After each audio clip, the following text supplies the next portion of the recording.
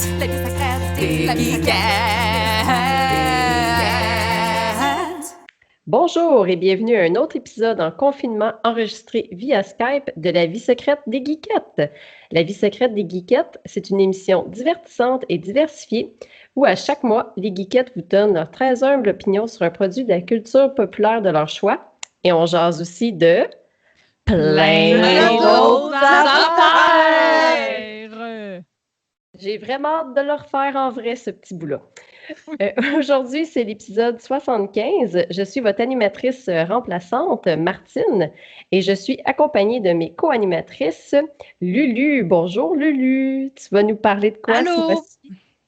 Je vais vous parler d'un livre que j'ai lu qui s'appelle Projet P. Oui! Intéressant! P pour pénis. Il fallait le dire, évidemment. Puis, je suis aussi accompagnée de Chantal. Salut, Chantal! Allô?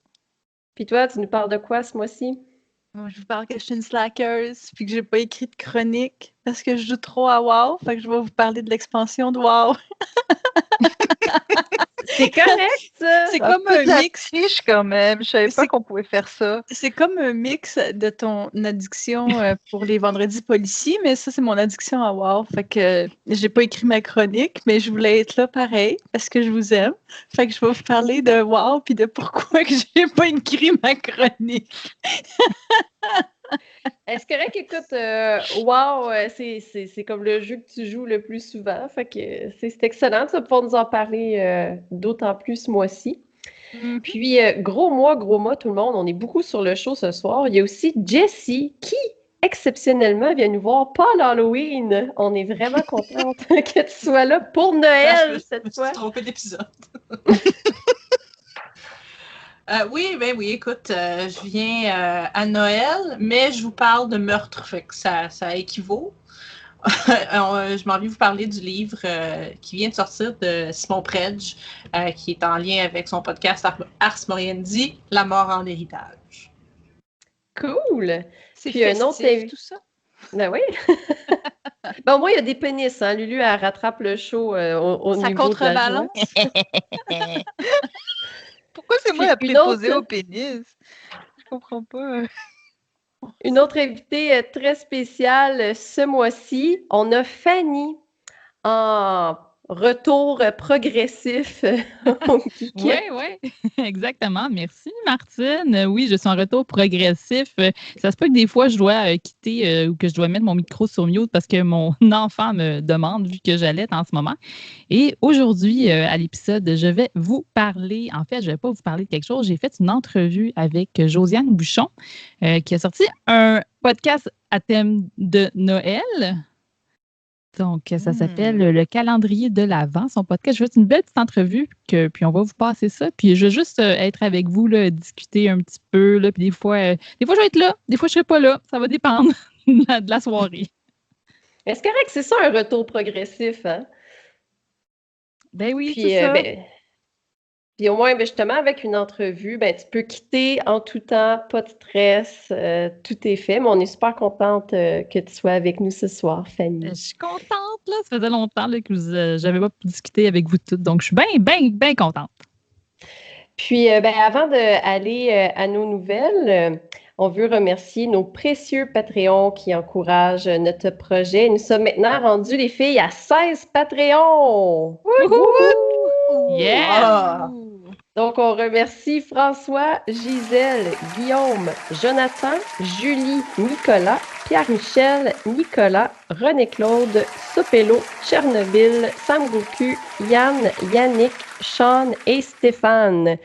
Puis maintenant, les Patreons ont la chance de nous parler directement sur Discord. Donc, s'il y en a qui n'ont pas vu le mémo passer, là, on vous encourage à venir nous rejoindre. Écoutez, les filles, je viens de réaliser que je ne vous ai même pas dit, moi, de quoi j'allais vous parler ce soir. Je vais vous parler de Legions of Eternal, un jeu vidéo indépendant qu'on avait découvert au Megamix l'an passé. Donc, très hâte de vous en parler. Ça semble si loin. On est ensemble, Fanny, au Megamix cette année-là. Oui, notre dernière sortie. Ouais, ça fait longtemps.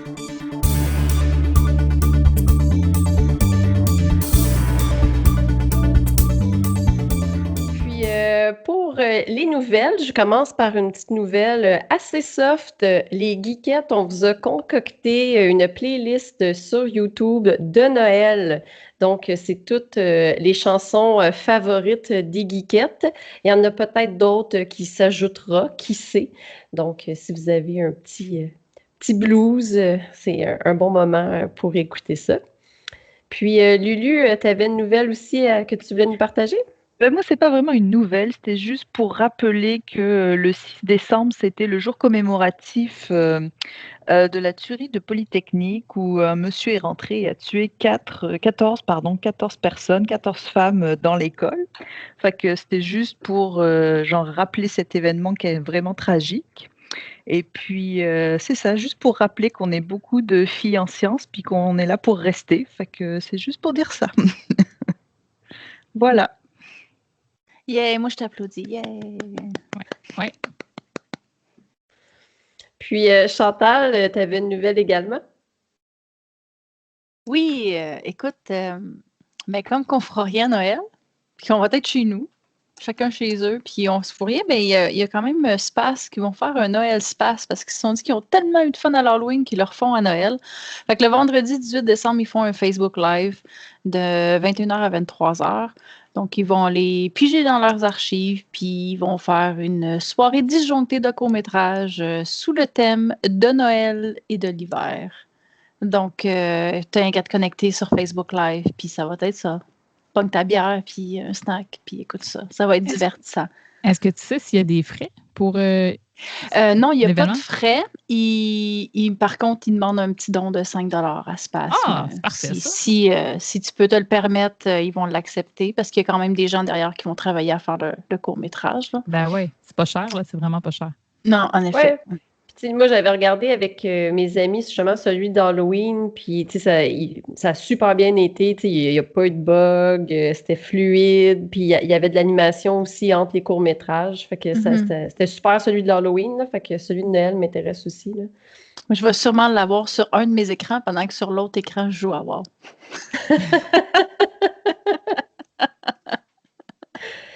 Lulu, t'es sur mute si tu nous parles. On veut entendre ce que tu dis. On voit juste la vidéo de Lulu qui bouge les mains. C'est comme un mime. Il est comme c'est pas grave. Puis Fanny, tu as une plus grosse nouvelle à nous annoncer. Ben, un peu plus grande quand même, mais tout d'abord, on faudrait qu'on dise, on a un nouveau commanditaire au Geekette. On aimerait ça remercier numérique.ca. D'ailleurs, vous allez entendre la pub dans cet épisode. Elle a déjà commencé depuis le dernier épisode. Eux, qu'est-ce qu'ils font? En gros, c'est des sites web. Puis qu'est-ce qu'ils procurent au Geekette? Ben, ils hébergent notre site web des Geekettes. Donc, merci numérique.ca. Ça, c'est notre grosse nouvelle. On est très heureuse. Ça nous coûte moins cher. On aime ça. Oui, c'est un gros coup de pouce. C'est vraiment le fun. Oui, parce que c'est quand même plusieurs centaines de dollars, là, un hébergement de site web. Donc, on les apprécie énormément. Et puis, j'ai même une autre nouvelle. Un petit peu plus thème Noël, là, celle-là.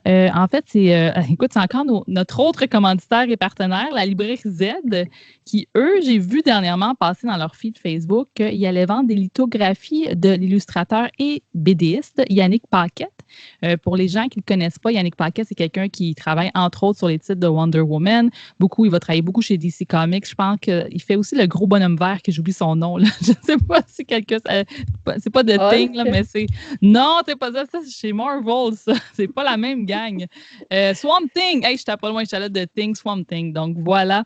C'est super beau son travail. Qu'est-ce qu'il fait? 20 $, c'est vraiment pas cher par lithographie. Ça fait un très beau cadeau de Noël. Donc, allez encourager un artiste local qui est super reconnu mondialement, mais que les gens ne parlent pas vraiment de lui dans les médias locaux. Là. Et puis aussi, allez encourager la librairie Z par le fait même. Voilà. Puis Jessie, une petite nouvelle recommandation également. Ben, c'est plus une petite nouvelle fangirl, là, parce que ça a sorti cette semaine, puis j'étais toute énervée. Puis ça a un lien avec un peu la nouvelle de Fanny. Dans le monde des comic books, il y a la série de Matt Fraction et David Aja, qui est la série de Hawkeye, la série de comics chez Marvel, qui est reconnue pour être probablement la meilleure série de Hawkeye à vie.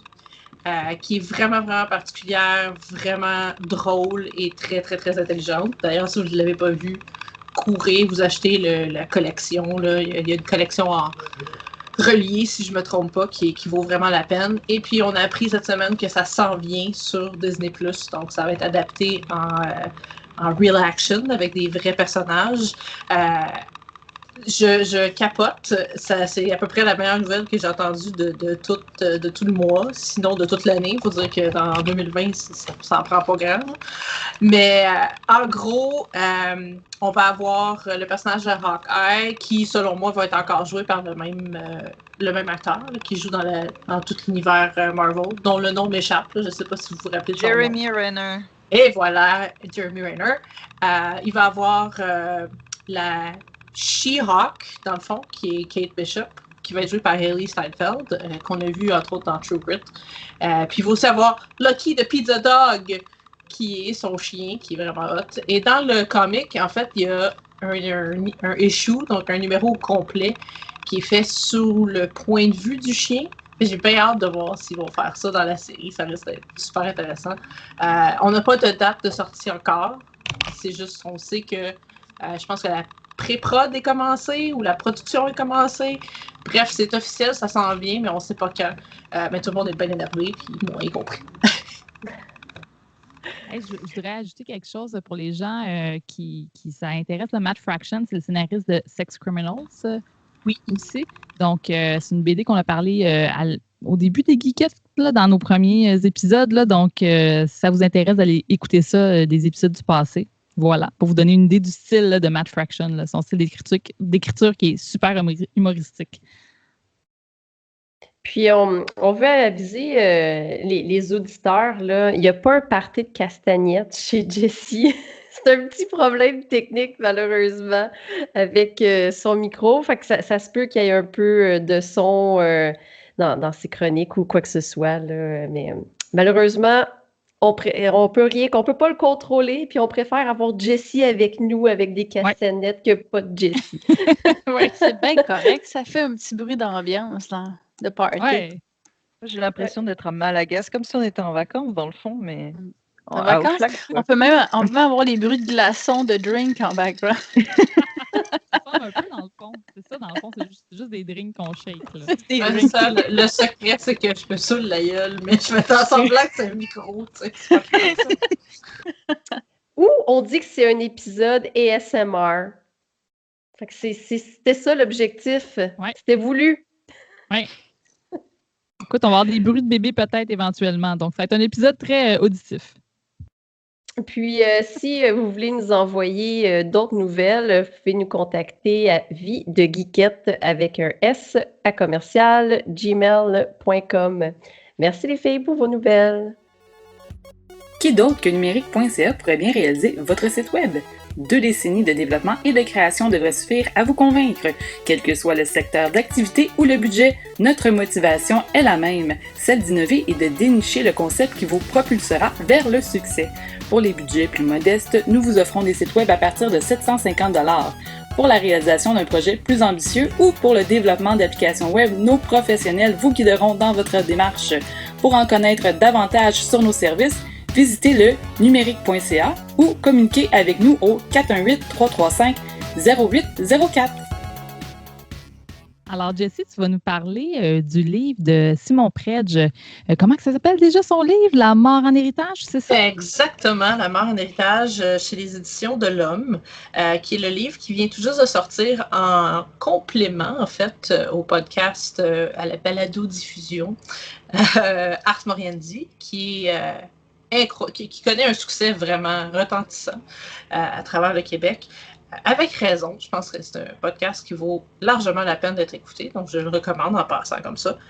Moi qui est accro au Vendredi policier, je suis effectivement aussi accro à ce podcast. Et voilà, c'est exactement ce que j'allais dire. Si vous avez un penchant comme Martine, comme moi, pour tout ce qui est un peu true crime, tout ce qui est policier, un peu macabre, un peu morbide, faut le dire. Vous savez, c'est ça, curiosité morbide, c'est en plein dans vos cordes. Et je pense que le livre sort exactement au bon moment parce que si vous avez quelqu'un comme ça dans votre entourage. Ça fait un maudit beau cadeau de Noël. Donc, pour vous en parler rapidement, le livre renferme plusieurs histoires vraies. Naturellement, ce sont toutes des histoires vraies, sous un thème commun, qui est le thème de la famille. Donc, en fait, c'est des familles qui soient quelqu'un qui a tué quelqu'un dans sa famille, des familles qui tuent ensemble, des familles qui ont vécu des tragédies ensemble, ce genre de thème-là. Mais on ratisse large. Il y a des histoires autant très, très modernes, très contemporaines. On va aussi dans le 17e siècle. On se promène un peu partout dans le monde, en Écosse, en Amérique. Il y a une histoire québécoise des années, si je ne me trompe pas, 70. Il y a une histoire aussi qui raconte une légende amérindienne, un peu comme commune à tous les Amérindiens, principalement canadiens, en fait, je pense, cette histoire-là, qui regroupe plusieurs petites histoires reliées à une légende, la légende des Wendigo, si vous connaissez la légende. Donc, ça ratisse vraiment large. Il y a du bon et il y a du mauvais là-dedans. Il y a du bon parce que, naturellement, s'il y a une histoire qui vous intéresse un peu moins, la prochaine risque de vous intéresser un petit peu plus. Mais encore là, il y a peut-être des histoires qui vont être un petit peu moins pour vous. Personnellement, moi, les histoires comme du 17e siècle avec les marquis, les marquises qui s'entretuent puis qui s'empoisonnent leurs 50 maris et 37 amants et tout ça, à un moment donné, je viens comme confuse, puis je perds un peu le fil de l'histoire, puis je finis par perdre l'intérêt. Mais c'est quand même des histoires qui sont j'aime très ça, les marquises qui empoisonnent. Mais il y a un chapitre vraiment intense sur justement une marquise qui était reconnue comme étant comme une des grandes empoisonneuses de l'histoire. C'est intéressant, c'est juste que je sais pas, il y a beaucoup ils ont leur nom, tu sais, puis ils ont leur titre de noblesse qui est différent. Puis là, ça vient comme OK. Et aussi, ce qui arrive souvent dans les plus vieilles histoires, c'est que les gens avaient tendance à nommer leurs enfants de par leur nom ou le nom de leur parents à eux, ce qui fait que tu as comme 6 générations du même nom. Puis là, tu essaies de démouler. OK, attends, ça, c'était le fils. Non, c'était le frère de... OK, des fois, ça vient comme confus, mais ça, c'est pas la faute de Fred. C'est vraiment juste comme le sujet en tant que tel qui est comme ça. J'ai tendance à préférer un petit peu plus des histoires plus modernes. Il y en a en masse, inquiétez-vous pas. C'est incroyablement détaillé. Des fois, peut-être un peu trop. Encore là, il y a des histoires où on en sait tellement que il y a des fois, il fallait que je recule pour relire des passages pour dire, attends, j'ai perdu qui était qui faisait quoi. Mais honnêtement, moi, j'ai eu beaucoup de plaisir à lire le livre. J'ai trouvé ça super le fun qu'il y ait une histoire québécoise, d'ailleurs. Je veux dire, c'est un livre québécois, donc c'est important d'avoir une histoire qui se passe chez nous, même si c'est une histoire vraiment horrible. C'est un peu le sujet du livre au complet. La seule chose que je peux dire, on sent que Simon fait attention dans la façon dont il traite ses histoires. Et c'est la même chose aussi sur Ars Moriendi, si vous avez écouté le podcast. C'est principalement, je dirais, on évite de blâmer les victimes, ce qui est vraiment bien. Surtout parce que, à cause qu'on parle de violence et de meurtres familiaux, on traite souvent et beaucoup de violences conjugales. Et c'est un sujet qui reste très, très, très difficile à traiter correctement. Et je pense que Simon réussit très bien. Il n'y a aucune façon dont les victimes sont blâmées. Il y a aussi la mention que c'est pas juste les femmes qui sont victimes de violences conjugales. Il y a des hommes qui sont victimes de violences conjugales aussi. Et c'est important d'en parler. Il y a un chapitre qui parle de Grady Stiles Jr., qui était reconnu comme étant The Lobster Boy. Si vous connaissez un peu l'histoire, ça s'est passé aux États-Unis dans les années 50. C'était quelqu'un qui était reconnu dans toutes les freak shows, si vous voulez, là, les cirques à la P.T. Barnum, ce genre de choses-là, là, où les gens payaient pour aller voir des gens qui avaient des difformités. Lobster Boy était quelqu'un qui était incroyablement populaire dans ce réseau-là. C'était quelqu'un qui était né avec de ectrodactylie, pardon. Donc, dans le fond, il y avait des doigts qui étaient fusionnés ensemble, ce qui faisait que ses mains avaient l'air un peu de pince, d'où le nom de Lobster Boy.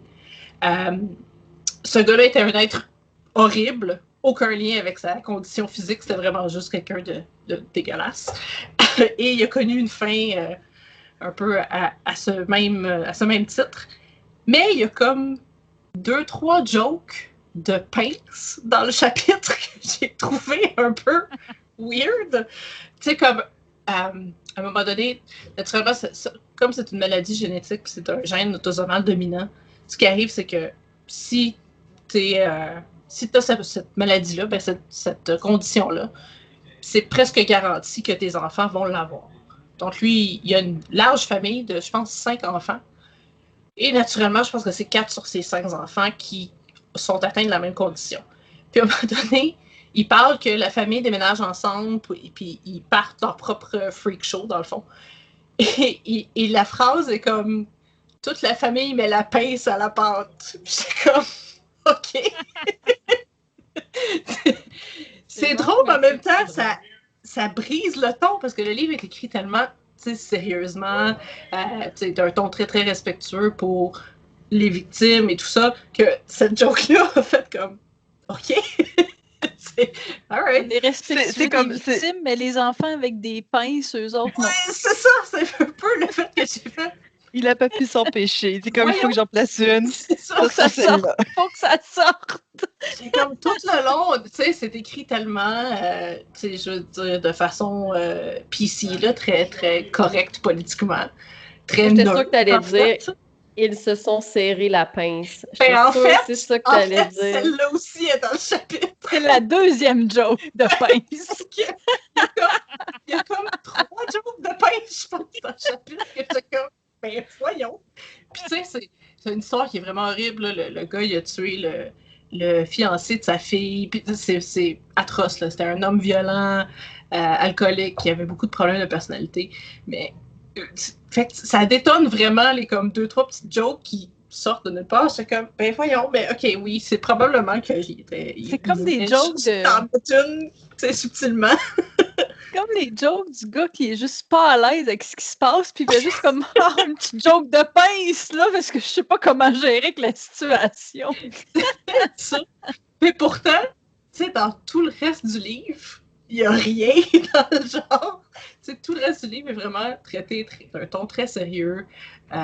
L'écriture est pas sobre, par exemple. L'écriture est quand même fleurie, si je peux dire ça comme ça. C'est pas clinique, c'est pas écrit de façon clinique, c'est pas plate, c'est pas détaché. Il y a des sentiments dans l'écriture, sauf que ce sentiment-là en particulier détonne un peu du reste du ton du livre.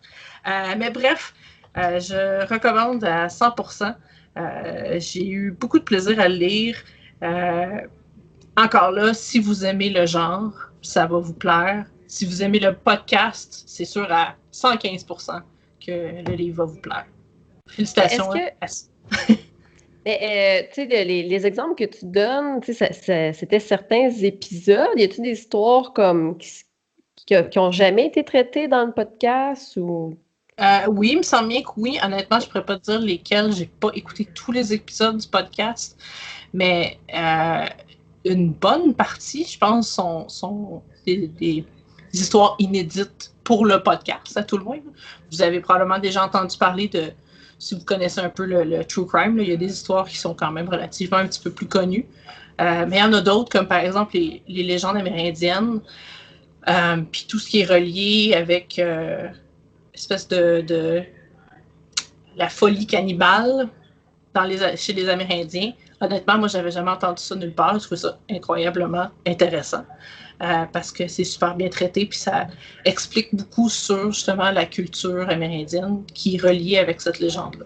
Puis ça, c'est un peu le petit plus d'avoir un livre qui est fait au Québec, c'est que c'est quelque chose d'un petit peu plus rattaché à notre culture, je pense. Même chose pour, naturellement, le chapitre qui se passe au Québec, là, qui se passe dans les cantons de l'Est, en fait, si je ne me trompe pas. Bien, merci beaucoup, Jessie, pour cette recommandation lecture. Ça me fait plaisir.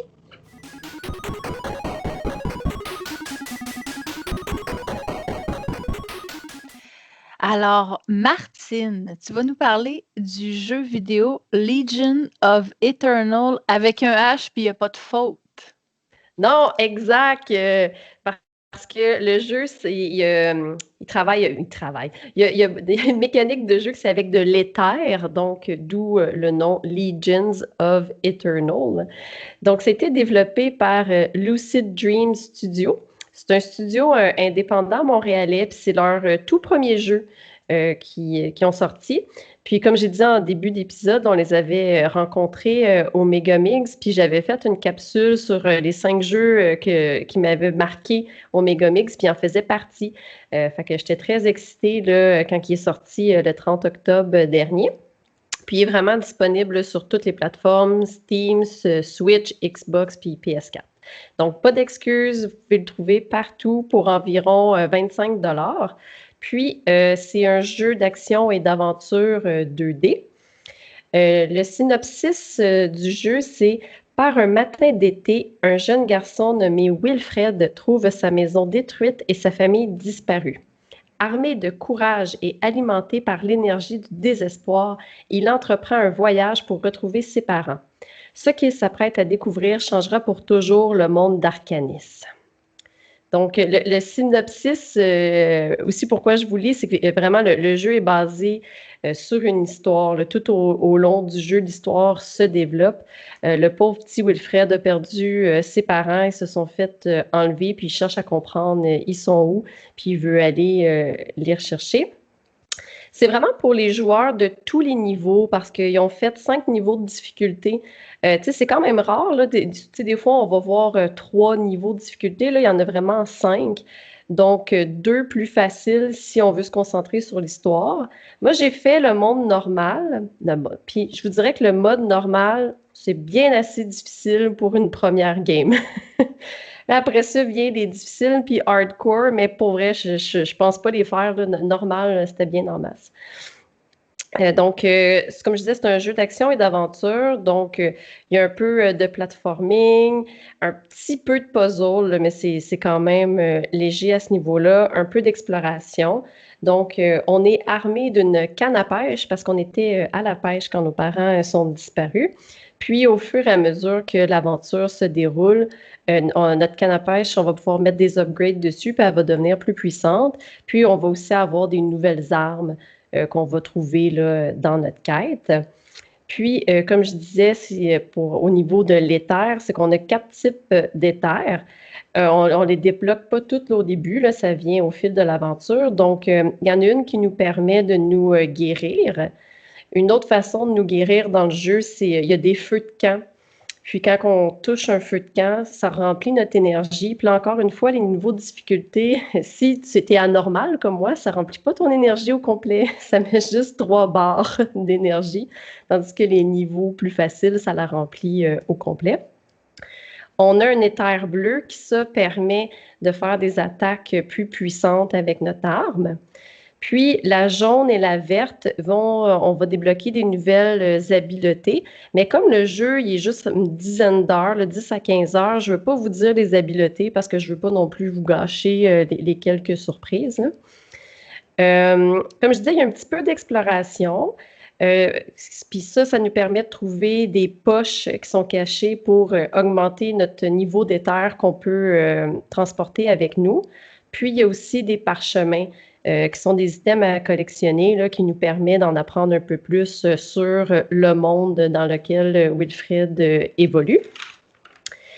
L'histoire, ça m'a vraiment fait penser un peu, je trouvais que, je ne sais pas si c'était voulu, mais je trouvais que c'était comme un clin d'œil à Mario, parce qu'à chaque fois qu'on termine un boss, il y a toujours « mais tes parents sont pas ici, tu dois les trouver plus loin ». Ça me faisait toujours penser, tu sais, mais votre princesse est dans un prochain château, là. Fait que fait que dans le fond, c'est un peu triste, un peu comme Rémi, tu sais, l'histoire avance, mais il trouve jamais ses parents, il n'y a pas d'indice, il est seul, tu sais, c'est ça. Puis, il y a différents personnages qu'on rencontre qui vont nous parler un peu, puis qui vont nous donner de l'information. Puis, ce que j'ai aimé, c'est qu'on a l'option de mettre le jeu en québécois. Puis c'est pas un Québécois là, à l'extrême. Là. Je trouvais que c'est bien dosé dans le langage. Tu sais, c'est pas écrit CHU, CHU non plus. Là. Tu sais, c'est vraiment juste quelques expressions. Là. Est-ce que c'est comme un petit peu dans The Messenger? Je sais pas, il avait fait une version québécoise, mais vraiment joual québécois. C'est comme ça ou c'est vraiment plus neutre, là, moins humoristique? C'est pas humoristique du tout parce que je veux pas le sujet il est quand même un peu plus triste, mais c'était aussi bien dosé que dans Messenger au niveau du québécois. Puis il y a des personnages tu sais, qui sont plus comme, mettons, le fermier plus âgé qui, lui, va parler vraiment plus joual que, tu sais, disons, un banquier ou quelque chose comme ça. Fait que, tu sais, à ce niveau-là, c'était bien monté. Puis, ce qui m'avait vraiment accroché de ce jeu-là, c'est le visuel. C'est tout dessiné à la main. Ça a tellement dû demander de travail, faire tous ces dessins-là à la main. C'est beau, c'est vraiment un style unique. Puis, quand on les avait rencontrés, on leur avait parlé parce que le personnage principal, il n'y a pas d'yeux. Puis, on se demandait pourquoi. Puis, il nous disait que ça permettait d'être plus facile pour le joueur de s'identifier au personnage. Parce que, tu sais, souvent, on dit toujours, tu sais, les yeux, ça définit énormément, tu sais, qui on est. Fait que là, c'est comme pas ça. Tu sais, c'est moins évident, tu sais, est-ce qu'il est asiatique, est-ce qu'il est caucasien, tu sais, quoi que ce soit. Fait que ça permettait de plus pouvoir s'identifier à lui. Puis, j'étais avec toi quand on les a rencontrés, puis il me semble que c'était une femme qui avait fait le design aussi, là, qui avait fait l'illustration. Oui, exact. Oui, j'ai pas son nom avec moi, mais si Ben vous moi allez sur leur site web de Lucid Dreams, il y a vraiment toute l'équipe, là, puis vous allez voir c'est qui tous les membres de l'équipe. Puis Fanny, je ne sais pas si tu te rappelles, mais on avait rencontré le cofondateur qui était Monsieur Grégoire. Oui, je m'en souviens, parce qu'on a le même nom de famille. Exact. Puis un des éléments que j'ai beaucoup aimé dans ce jeu-là, c'est les boss. Puis c'est vraiment étonnant parce que d'habitude, c'est ce que j'aime le moins dans un jeu. Puis dans celui-là, c'est ce que j'ai préféré. Parce qu'il faut toujours trouver un peu comment les battre. C'est pas toujours évident. Il faut vraiment apprendre leur pattern. Puis les boss sont quand même un bon challenge. Mais pas excessif. Tu sais, quand les boss, ça devient vraiment trop difficile, j'aime pas tant ça. Mais là, je trouvais encore une fois que c'était bien dosé. La musique, écoute, elle accompagne bien l'histoire, mais tu sais, elle n'est pas dérangeante, là, elle est agréable, mais c'est pas quelque chose que je vais mettre comme dans ma playlist de musique de jeux vidéo. Là. C'est pas quelque chose qui est mémorable, mais tu sais, c'était bien. Il y a quelques points faibles, par contre, au jeu. Les ennemis, ils arrivent un peu dans ta face des fois, comme tu les vois comme pas venir, puis ils t'arrivent, puis tu peux pas vraiment les éviter. Puis ça m'a fait penser un peu à Ninja Gaiden au NES, que tu sais, des fois, il y a comme une chauve-souris qui t'arrive dessus alors que tu fais un saut, puis là, ben, tu meurs. Puis je me suis demandé, c'est-tu parce qu'ils voulaient se donner un look rétro, tu sais, qui sont allés vers ça? Mais des fois, tu sais, je trouvais que c'était juste frustrant parce que... Puis surtout aussi, un peu comme dans les jeux rétro, quand tu reviens dans ton écran, les ennemis réapparaissent. Fait que des fois, quand tu te trompes de sens de où est-ce que tu veux aller, puis l'ennemi, il est là, il te réapparaît sur une plateforme. Ça peut être un irritant, là, surtout pour des gens qui ne sont pas habitués à jouer à des jeux vidéo. J'ai pas essayé le mode facile. Fait qu'il y a peut-être pas ça dans le mode facile. Là, ça serait à vérifier. La carte aussi est très peu détaillée. Tu sais, tu es dans quelle zone. Disons, tu sais que tu es dans la forêt, puis que la forêt est à côté de la grotte. Mais tu ne peux pas avoir une carte détaillée de la forêt. C'est pas très grave parce que le jeu, le monde, il n'est pas immense, fait que c'est correct. Mais moi, personnellement, c'est comme un frein pour moi d'aller chercher les items qui me manquent. Parce que si j'ai pas envie de revenir sur mes pas et me dire, ah, j'étais-tu allé à gauche ou pas? Fait que les items que j'ai manqués, je les ai manqués, puis tant pis. Mais tu sais, c'est pas... je dirais pas que c'est un frein à jouer à ce jeu-là. Là. C'est vraiment juste moi qui aime ça, les cartes très détaillées. Puis, sinon, aussi, il y a des il y a des temps de téléchargement. Puis quand on fait l'histoire, tout ça, c'est correct. Là. La plupart des jeux, ils en ont. C'est juste dans les bouts où c'est des bouts plus difficile de platforming. On dirait qu'on est rendu tellement habitué que dès qu'on meurt, le jeu recommence dans des jeux de plateforme, que là, attendre le chargement, des fois, ça peut être un peu frustrant. Mais comme tel, je dirais, globalement, j'ai eu du plaisir à jouer à ce jeu-là. Puis visuellement, comme je vous disais, c'est magnifique. C'est un premier jeu. Ils disent qu'ils veulent faire d'autres jeux basés sur les mêmes personnages, le même univers. Puis c'est sûr que j'ai hâte de voir qu'est-ce qu'ils vont produire comme deuxième jeu. Fait que, puis tu sais, c'est un studio indépendant montréalais. Fait que c'est sûr que je vous encourage fortement à y jouer. C'est pas parfait, mais j'ai eu du plaisir à y jouer.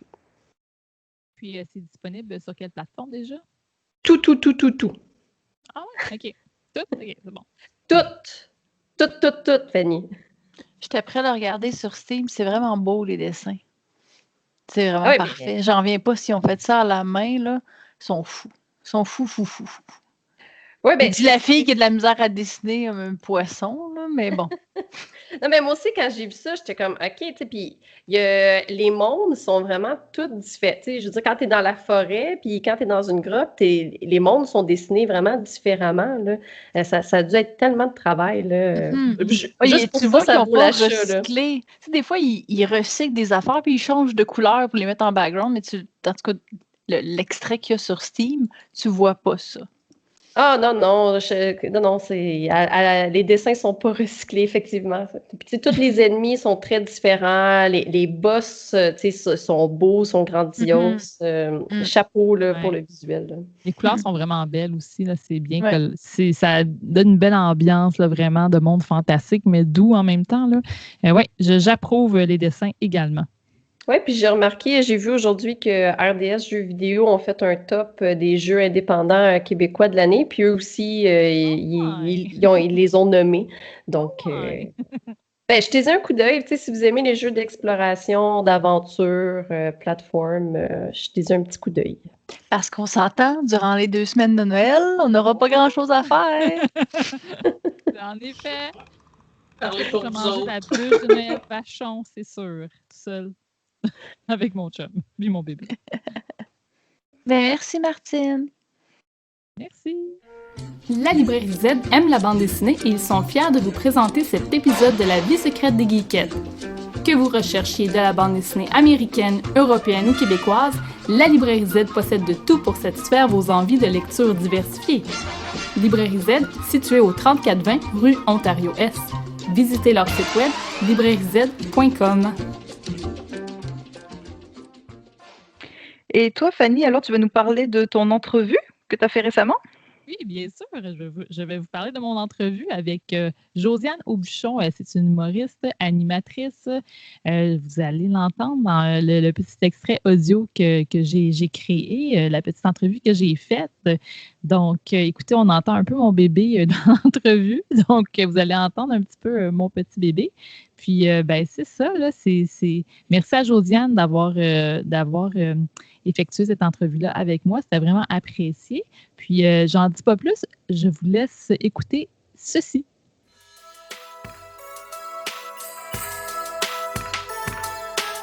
Donc, bonjour! Alors, aujourd'hui, pour cette entrevue particulière avec des bruits de fond de mon bébé, là, c'est très thème Noël. Je suis avec l'animatrice, humoriste, femme de nombreux talents, Josiane Aubuchon. Josiane, bonjour! Salut, comment vas-tu? Ben, ça va très, très bien en ce matin. Thème Noël pour un podcast à thème Noël de la vie secrète des geekettes. Ça va très bien.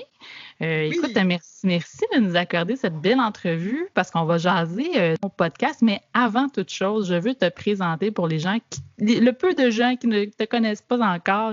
Écoute, tu as fait tu es souvent une invitée à différents podcasts humoristiques. Donc, on retrouve Sous écoute dernièrement, Trois bières, Talons hauts et bottes de foin, qui était ton podcast d'ailleurs. Oui, en fait, c'était un projet avec Nadine Massy qui a duré pendant une certaine période. C'est Nadine qui avait eu le flash de ça, puis on a fait ça ensemble. Puis après ça, je me suis promenée là, dans pas mal beaucoup de podcasts. Ben oui. Puis écoute, c'est toujours. Tu as aussi fait. Toi, en fait, pour te présenter un peu, toi, qu'est-ce qui te différencie, c'est que les thèmes que tu abordes, ça va être souvent la fille d'agriculteur. Oui. Donc, toi, tes thèmes, ça va être souvent des thèmes ruraux un peu. Oui, tout à fait. Donc, souvent, moi, c'est ce qui te différencie des autres humoristes, je trouve. Puis c'est des thèmes personnels, c'est très rigolo et tout. Donc, tout d'abord, je me demandais, ton podcast s'appelle Le calendrier de l'Avent. Tu as une co-animatrice, Claudia Lalancette, avec toi également. Oui. Puis moi, je me demandais, comment ça t'est venu, cette idée-là d'avoir une idée d'un podcast de Noël? Ben en fait, moi, j'ai toujours été une fan du temps des fêtes, là. Je pense que bien des gens autour de moi considèrent que je suis un peu la magie de Noël sur deux pattes. Puis en fait, souvent, à chaque année, je me retrouve à l'approche du temps des fêtes, puis je suis comme « Ah, je manque de temps, j'aurais voulu préparer quelque chose pour les réseaux sociaux. » Puis tu sais, faire soit une vidéo ou, tu sais, on a toujours envie de créer un petit contenu spécial Noël pour nos abonnés. Puis souvent, ben, je manque de temps parce qu'on est pris dans les corpos puis plein d'affaires. Et là, cette année, étant donné la pandémie, j'avais énormément de temps. Et je me suis dit, bon, ben là, je vais faire The Project. C'est le projet de Noël de contenu pour mettre sur les réseaux. Puis, ben, c'est comme ça que j'ai décidé de faire le podcast le calendrier de l'Avent. Je me disais, ce serait parfait de pouvoir accompagner les gens à tous les jours, à défaut de pouvoir faire des spectacles. Puis aussi, je suis franche, je me disais, ça va me donner du travail pour m'occuper, puis passer à travers le mois de novembre, puis une partie de décembre. Ça va m'occuper de travailler là-dessus, puis ça va me faire du bien. Puis c'est le cas, là. Ça m'a vraiment amusé, ce projet-là. C'est ça que l'idée est née. Oui, puis est-ce que tu as une petite question technique, est-ce que tu as enregistré ça tout d'un coup ou tu t'es donné quelques jours un petit peu de lousse, là? Non, on a fait ça en quelques jours parce que pour vrai, tu sais, même si les épisodes sont plutôt courts, c'est environ 20 minutes, là, étant donné que c'est à tous les jours, faire 24 épisodes de 20 minutes dans une journée, je pense qu'on aurait été épuisés. Puis, oui, le 24, ça aurait été un petit peu intense, là.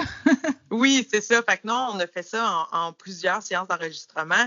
Même qu'on vient tout juste de terminer, là, le mois de décembre est déjà bien enclenché, mais il nous restait encore quelques petites émissions à enregistrer, à faire un petit peu de montage. Donc là, c'est presque terminé, puis le projet va pouvoir continuer à vivre de ses propres ailes.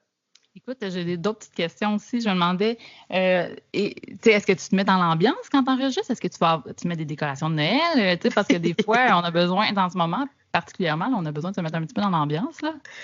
Ben oui, ben moi, en fait, que ce soit la période d'enregistrer un podcast ou que ce soit une autre année, je décore tout le temps un peu. J'ai un petit sapin, j'ai des petites lumières, puis, tu sais, je mets des bougies qui sentent le sapin. Puis on essaie de rendre ça le fun. Là, on s'amène des bulles, puis tout. On rend ça un peu festif. J'écoute de la musique de Noël, moi, à partir du 25 novembre. Là. C'est comme si Noël est jamais loin dans ma vie. Et c'est jamais loin. Là. Je suis de celle qui aime bien ça, me faire congeler une bûche de vachon, là, puis la manger en plein mois de juillet autour de la piscine. Fait que j'entretiens la magie à l'année. Puis pour me mettre dans l'ambiance pendant le podcast, ça venait tout seul. Je sais que tu es une grande fan de la chanson de Mariah Carey, All I Want for Christmas is You. T'avais-tu comme d'autres albums de Noël ou c'était celle-là que tu mettais en boucle aussi?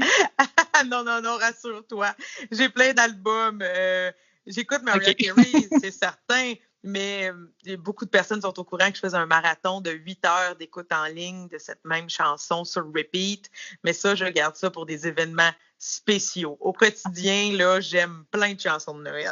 C'est ça, les gens qui sont spéciaux aussi, là, c'est pour ceux-là aussi. Oui, exactement. Je me demandais, ta co-animatrice, moi, je ne la connaissais pas, Claudia Lalancette. Est-ce que vous connaissiez avant? Est-ce qu'elle est humoriste? J'étais curieuse par rapport à elle. Ben oui, mais en fait, Claudia, c'est une fille que je connais, ça doit faire près de 10 ans. Il y a quand même déjà quelques années, on parle d'au moins 5 ans, je me suis retrouvée à faire des chroniques sur MaTV. MaTV a des chaînes régionales, puis moi, je viens de la Naudière. Claudia vient de la Naudière. Claudia animait une émission là-bas qui s'appelait Claudia reçoit, où elle recevait toutes sortes de personnalités du domaine culturel. Puis elle faisait des grandes entrevues avec eux. Puis pour vrai, je pense qu'elle a fait plus d'une centaine d'entrevues avec toutes sortes de vedettes. Puis, dans son émission, il y avait aussi un moment où il y avait une chronique qui se voulait un peu funner terroir, et c'était moi qui la faisais. Donc, on s'est rencontrés sur ce plateau-là. Puis, pour vrai, rapidement, on a comme une chimie qui s'est installée. Claudia, qui est vraiment comme, je sais pas comment dire ça. À l'écran, c'était le fun de nous voir. Là. Je sais qu'on parle d'un podcast, mais tu sais, moi, j'arrivais avec mes gros sabots, puis tout ça. Puis elle, c'est la belle animatrice qui embarquait au bout dans mes niaiseries. Fait que rapidement, on s'est créé une belle complicité. Puis quand j'ai pensé au podcast de Noël, je me suis dit, ça serait le fun de faire ça avec quelqu'un pour que, justement, on se relance la balle puis qu'il y ait de l'échange. Puis vraiment, rapidement, c'est sa face qui m'est venue en tête. Puis je me suis dit, je vais l'appeler. Puis elle a embarqué là, avec plaisir. Puis Claudia, elle travaille dans le milieu des médias depuis longtemps. Elle a travaillé pour Rouge FM, pour les émissions comme Véronique et les Fantastiques, ces choses-là. Puis aujourd'hui, elle est recherchiste, entre autres, pour Vlog à TVA. Mais je trouve ça intéressant parce que ça paraît beaucoup que vous avez une bonne connexion là, dans le podcast. Puis je trouve ça intéressant justement quand tu as une belle chimie là, entre les animateurs. Là, c'est comme vraiment important là, quand tu fais un show comme ça. Oui, vraiment. Puis tu sais, on a réussi à se surprendre et à se faire rire. Puis tu sais, on n'avait pas travaillé ensemble depuis plusieurs années. Puis même nous, on a été sous le charme de constater à quel point c'était facile, puis on était heureuse de faire ça ensemble. Là. Ben super. Puis écoute, je sais que je crois que c'est produit par l'agence Feedback, ton podcast. Est-ce que c'est le cas? Ben en fait, je sais pas si on peut parler de production, dans le sens que c'est un peu un projet qui est indépendant, mais oui, moi, ma boîte de gérance, c'est la boîte Feedback. Donc, les petits lutins qui m'aident là-dedans proviennent de Feedback, en fait, principalement, il y a ma gérante, Julie Dignard. Puis, il y a aussi Guillaume Paquin qui travaille aussi pour l'agence Feedback, donc qui nous aide pour la mise en ligne. Et c'est aussi Guillaume qui chante notre sublime jingle qui rentre dans la tête. Donc, oui, c'est l'agence Feedback qui nous aide avec ce projet-là parce que moi, toute seule, le côté technologique là, de mise en ligne et compagnie, je peux pas. Moi, je fais du contenu, mais pour le reste, aidez-moi! C'est bien correct, ça. C'est super important de s'entourer de gens là, qui peuvent nous aider avec nos beaux projets comme ça, justement. Puis c'est bien de la job, un podcast, fait que je comprends à 100%. Oui, puis vraiment, là, je remercie tout le monde de chez Feedback. Là, tout le monde a comme embarqué tout de go dans le projet. Super. Puis je me demandais s'il n'y avait pas un épisode qu'il ne fallait pas manquer, parce que là, c'est comme une surprise. Là. Il y a un épisode qui sort à chaque jour du mois de décembre. Donc, je me demandais, y a-t-il un épisode qu'il ne faut pas manquer, un invité que tu dis à ça, là, ça va être vraiment un bon épisode? Ah, ben mon Dieu, on dirait que je les aime tous pour des raisons différentes. Pour vrai, on dirait que je suis comme... tout le monde amène sa saveur particulière. On essaie de mettre des thématiques un petit peu à chacune des épisodes. Mais tu sais, j'ai eu des coups de cœur au niveau de l'originalité. Là, tu sais, Chantal Lamarre nous amène un peu dans un voyage dans le temps. On a beaucoup ri dans toutes sortes de confessions, Claudia et moi, pour l'épisode de Catherine Etier. Mais tu sais, il y a des gens vraiment le fun. Tu sais, Charles Beauchesne, son épisode est déjà sorti où il nous parle de ciné-cadeau. Puis c'est magnifique de l'entendre. Charles est tellement bon et explique bien, c'est une belle analyse. Aujourd'hui, on se parle, puis c'est F. Côté qui nous donne des trucs pour pas virer Gorlot sur Zoom pendant des parties de bureau. Tu sais, pour vrai, j'aime tous les épisodes. C'est comme si c'est tous mes petits bébés. Puis moi, j'ai le goût de dire, faut toutes les écouter parce que ça va vous mettre de la magie cette journée-là, puis ça va vous amener dans des nouvelles réflexions, puis beaucoup de souvenirs. Je me fais beaucoup dire que ça allume des souvenirs aux gens, puis que ça les rend souriants. Fait que ça me fait bien plaisir. Ben oui, je suis d'accord avec toi. Moi, j'en écoute. Écoute, je suis une grande fan là, du show. Là. Je peux pas le cacher. Fait que moi, ça me met vraiment dans l'ambiance, puis je suis vraiment contente. Là, chaque jour, je mets un des épisodes, puis je suis comme, il y a un nouvel épisode. Puis là, je l'écoute en m'occupant de mon bébé en même temps. Mais bon, pour revenir à notre discussion, écoute, je me demandais, c'est sûr, sur quelle plateforme est-ce qu'ils peuvent les écouter? C'est sur Apple Podcast, Spotify, toutes les plateformes dans le fond? Oui, Apple Podcast, Spotify, les Google Play de ce monde. C'est là qu'on voit à quel point je suis pas bonne là, dans la techno, là, mais j'ai le goût de vous dire, c'est simple, à tous les jours, vous pouvez suivre. En fait, abonnez-vous à ma page Josiane Aubuchon sur Facebook. Puis là-dessus, à tous les matins, tous les épisodes sortent, puis il y a tous les liens de téléchargement. mais on est pas mal partout. Ce que je tiens à préciser, c'est que c'est un podcast qui est audio seulement. Je sais que désormais, il y a quand même plusieurs podcasts là, qui ont un visuel puis ils peuvent se retrouver sur YouTube. Mais nous, en période de COVID, on a décidé de miser seulement sur l'audio pour avoir le moins de gens possible impliqués pour réduire les contacts et respecter les normes sanitaires. Ça s'écoute vraiment bien en audio, là, c'est parfait. Je veux dire, il y a même une petite ambiance de Noël avec des petits sons, là, comme des petites étoiles qui scintillent, puis on change d'ambiance. Là. Fait que moi, je trouve que ça s'écoute vraiment. C'est un beau projet en audio. Là. Merci. Puis, penses-tu que ça va revenir? Là, je sais qu'il est tôt, là, mais ça va-tu revenir en 2021 ou pour l'instant, ça vient juste d'être lancé puis on verra? C'est sûr que ça vient juste d'être lancé. On a le goût de dire on verra, mais en même temps, c'est sûr que Claudia et moi, ça l'a un peu rallumé la flamme de se dire oh mon Dieu, il faut faire d'autres projets ensemble. Le podcast, moi, j'aime beaucoup ça, j'en écoute beaucoup. Fait que je trouve qu'il y a beaucoup d'avenir, en fait, dans le podcast. Puis après Est-ce que tu aurais un autre projet avec Claudia à ce moment-là de podcast? Écoute, pour vrai, nous autres, on s'est dit, on a fait un calendrier de l'Avent pour se préparer pour Noël, mais qui sait, on pourrait créer des calendriers de l'Avent pour toutes sortes d'événements.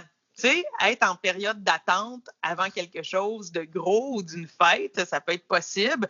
Donc, on est en période de brainstorm, mais je t'avoue surtout que on souhaite que le projet fasse des petits, qu'il y ait peut-être une plateforme, une plateforme officielle qui crée des revenus, qui pourrait avoir envie d'acheter notre concept ou de nous embaucher. On a quand même un super beau panel d'invités. Je pense que ça peut donner de la crédibilité au projet, comme quoi les gens ont envie d'entendre parler de Noël avec des gens issus du milieu culturel. Oui, ça a beaucoup de sens. Oui, puis tu sais, comme tu as dit, Chantal Lamarre, je me souviens pas de l'avoir entendu souvent à des podcasts non plus. C'est un bon invité à voir aussi, là. Oui, j'étais bien contente qu'elle accepte. Fait que moi, je me dis, le projet vient de commencer, mais on lui souhaite de faire des petits. C'est bon, parfait. Écoute, en conclusion, Josiane, j'ai une question super sérieuse à te demander. Vas-y. Est-ce que tu es plus dinde, tourtière ou bûche de Noël? Je te l'ai quasiment dit tantôt là, en parlant de l'ambiance de Noël. C'est sûr que je suis team bûche. Pour vrai, là, une bûche de Noël. Puis là, écoute, je pourrais m'étendre longtemps, là, mais je parle pas de la vulgaire bûche de Noël à crème à glace. Non. Moi, je veux Non, là, je parle de la bûche vachon avec ben du glaçage, OK? Moi, c'est ça que je veux. Ça, je sais pas, c'est mon enfant. Ça se mange tout seul. J'aime ça picorer dedans à la fourchette. Tu sais, puis manger une bûche toute seule, tu la manges pendant plusieurs jours. Fait que là, tu sors ton petit bio. Puis là, tu as l'impression de t'offrir un petit moment de tendresse avec toi-même. Fait que oui, je suis team bûche très chère. Donc, les gens, s'ils veulent te faire plaisir, peuvent t'envoyer une bûche de Noël à ton agence. Écoute, envoyez-y à son agence, puis ils vont lui donner par la suite. Là. Écoute, là, moi, j'ai le goût d'harceler Vachon pour qu'ils m'en envoient une cargaison parce qu'on en parle dans le podcast, puis je pense qu'on leur donne de la belle visibilité. Oui, un sponsor, là. Commande Vachon, là. Ah. Exact. Merci beaucoup, Josiane, pour cette petite entrevue que tu nous as donnée. Moi, j'invite tous les auditeurs à aller écouter ton podcast. Ça s'appelle Le calendrier de l'Avent. C'est sur Spotify, Apple Podcasts, un peu partout. Allez voir ça, ce super beau projet-là. Ça nous met dans l'ambiance des fêtes. On en a besoin en 2020. Puis, merci encore pour l'entrevue. Puis, à la prochaine fois, peut-être. Merci à toi. C'est vraiment gentil d'avoir eu envie de parler du projet. Puis, je te souhaite un super temps des fêtes avec ton petit bébé et toute ta famille. Parfait. Merci beaucoup. Merci. Bye bye.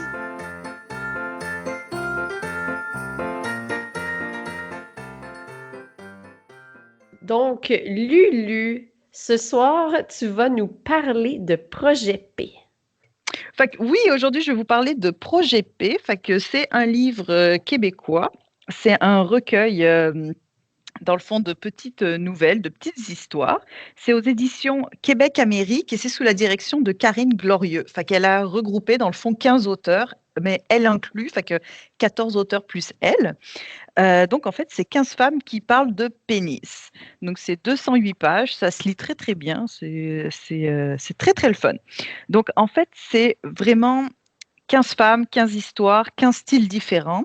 C'est vraiment tranche de vie, tranche de pain. C'est vraiment presque tout le temps que des anecdotes de vie qui leur sont arrivées. Fait que des fois, c'est des plusieurs petites anecdotes de vie. Des fois, c'est juste une histoire qui leur est arrivée au complet sur plusieurs pages. Donc, il y a des moments qui sont vraiment très, très le fun. Comme par exemple, une des petites nouvelles, c'était que des métaphores océaniques. Enfin, qu'elle comparait des pénis à des créatures créatures marines. Donc c'était très rigolo. D'autres, il y a évidemment des moments pas le fun, parce qu'on le sait, hein, le pénis, des fois c'est le fun, puis des fois c'est pas le fun, n'est-ce pas? Surtout grâce à leur propriétaire. Donc c'est vraiment un livre vraiment qui touche à tout. Fait qu'évidemment, on a des expériences sexuelles diverses et variées. Fait que des gros pénis, des petits pénis, en veux-tu, en voilà. Mais il y a aussi plusieurs histoires qui sont plus comme ciblées, qui parlent plus de sujets de société dans le fond. Fait qu'une histoire comme sur la vasectomie, une dame qui va avec son mari à la vasectomie de son mari, qu'est-ce qui se passe, etc. Une autre, c'était la découverte du genre du bébé. Fait que quand elle a vu la première échographie, qu'elle s'attendait à avoir une fille, puis là, elle voit que c'est un petit garçon. Fait que comment est-ce que tu gères cette découverte-là? Il y a aussi des histoires évidemment un peu plus dures parce que c'est des agressions. Fait qu'il y a une ou deux histoires un petit peu trigger warning. Aussi, une qui parle de transgenre. Je ne sais pas c'est quoi l'adjectif transgenrité. Je ne sais pas comment. Anyway. Donc, une dame transgenre qui témoigne. Une, c'est vraiment des pénis dans l'art, puis la société. Fait que c'est vraiment plus la représentation du pénis dans la société via l'art de l'artiste. Donc, le ton, évidemment, c'est comme des fois c'est rigolo, des fois c'est plus dramatique, évidemment. Donc, comme on a plusieurs histoires, c'est vraiment plusieurs styles, il y en a vraiment pour tous les goûts. Fait que c'est sûr qu'il y en a peut-être une ou deux que j'ai moins aimées, mais c'est sûr que tout le monde va trouver son compte. C'est sûr, il y a vraiment pour tous les goûts. Donc, ce que je trouvais en fait qui faisait comme ressortir, que le livre faisait ressortir dans le fond, c'était vraiment la curiosité puis la fascination qu'exerce le pénis très tôt. Il y a pas mal en fait d'histoires qui commencent vraiment, qu'elles racontent quand elles étaient petites filles puis qu'elles découvrent un garçon, qu'elles découvrent un pénis, mais même, puis que là, elles sont fascinées, puis qu'il y a la curiosité. Fait que j'ai trouvé que c'était vraiment très... En fait, ça montre vraiment qu'on est très curieux de savoir c'est quoi cet engin-là, qu'est-ce qui se passe avec ça. Fait que pourquoi ça a tellement une grande place dans la société? Est-ce que c'est justifié que ça ait une grande place dans la société? C'est comme un être mystique, dans le fond, le pénis. Donc, c'est quand même intéressant de voir vraiment que finalement, plusieurs histoires se regroupent dans le sens où c'est la fascination complète, quoi, que le pénis exerce sur les femmes, la société, puis les hommes aussi, hein, en fait. Fait que c'est vraiment une emprise sociétale totale, le pénis avec un grand P. Donc, c'est vraiment... On voit vraiment la formation de cette curiosité, puis l'évolution que ça a après avec le rapport que la personne a avec les hommes, avec elle-même, avec la société en général. Fait que c'était très intéressant. Et puis aussi c'est vraiment plus là une vision plus hétéronormée. Et parce que c'est beaucoup les histoires, surtout les histoires où elles commencent, où quand j'étais petite fille, là j'ai vu un petit garçon tout nu dans les vestiaires de la piscine. Et puis là j'ai vu quelque chose qu'il avait en plus. Fait que c'était toujours quelque chose dans ces histoires-là. Est-ce que le quelque chose en plus veut dire que les filles ont quelque chose en moins? Encore une fois, je parle vraiment, c'est dans un contexte vraiment hétéronormé, ces histoires-là. Donc, ça pose vraiment les briques du complexe de supériorité. C'est plusieurs histoires d'expériences sexuelles, c'était vraiment ça. C'était comme, là, il avait un gros pénis, fait que lui, il pensait qu'il avait rien à faire d'autre parce que c'était là. C'était vraiment... Fait que ça montre un petit peu la dynamique, dans le fond, qu'il y a dans la société, comme de la relation homme-femme. C'est comme, est-ce que ça naît de là, dans le fond? Fait que c'était quand même... c'est ça traite du conditionnement qu'on a, comme... Est-ce qu'avoir un pénis, c'est d'avoir surtout un gros pénis pour les messieurs, ça veut dire que c'est signe de supériorité comme sociétale. Ça, c'était quand même c'était intéressant, puis je ne m'attendais pas à ça dans un livre comme ça, comme j'ai trouvé que c'était très récurrent de ce petit bout en plus que moi, je n'avais pas. Et pourquoi est-ce que lui, il y a des choses qu'il peut faire et que moi, je peux pas faire, comme faire pipi debout. Moi, j'aurais aimé ça. C'est comme des petites affaires comme ça, mais après, quand tu grandis, ça devient des sujets plus intéressants, plus importants, je veux dire. Fait que c'est ça, c'était comme des histoires quand même très décomplexées parce que elles parlent vraiment de leurs expériences sexuelles en long, en large et en travers. Là, c'est comme des fois c'est graphique, mais c'est pas vulgaire. Comme c'était pas comme dire de la porn ou des histoires érotiques. Là, c'était vraiment c'était comme si tu étais au brunch puis que ta copine elle te raconte la nuit d'avant comme c'était un peu cheeky des fois. Des fois c'était très très sérieux évidemment, mais c'était vraiment toujours très décomplexé. Fait que c'est ça, là, c'était pour qui? Je dirais pour presque tout le monde, 18 ans et plus, évidemment, hein. Donc, homme ou femme, parce que c'est intéressant d'avoir la perspective d'autres femmes que toi sur certains sujets. Puis aussi pour les messieurs, des fois, il y a certaines histoires qu'il faudrait lire, même pas tout le livre au complet, mais surtout certaines histoires qui parlent vraiment de la satisfaction féminine, en fait, et que tu vois le grand écart, en fait, entre le regard masculin puis féminin sur la sexualité féminine, dans le fond. Fait que ça, c'était intéressant. Là, seulement pour deux, je vais juste mentionner deux histoires parce qu'il n'y avait pas de trigger warning dans le livre. Donc, j'aurais juste rajouté une petite ligne au-dessus, en fait, je vais juste donner l'histoire de Véronique Marcotte, qui est un peu graphique, qui est quand même graphique, fait que, pour une agression sexuelle, fait que juste l'avoir mis,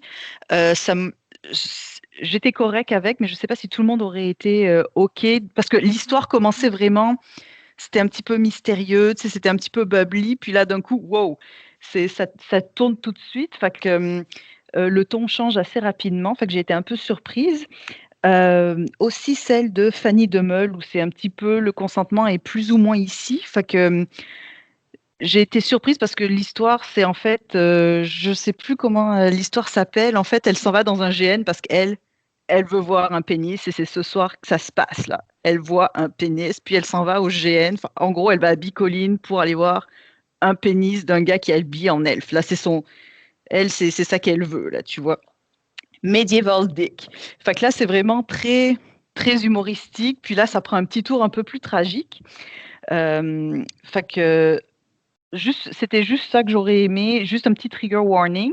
Moi, ça m'a pas dérangé, mais peut-être que certaines personnes auraient été un petit peu plus choquées.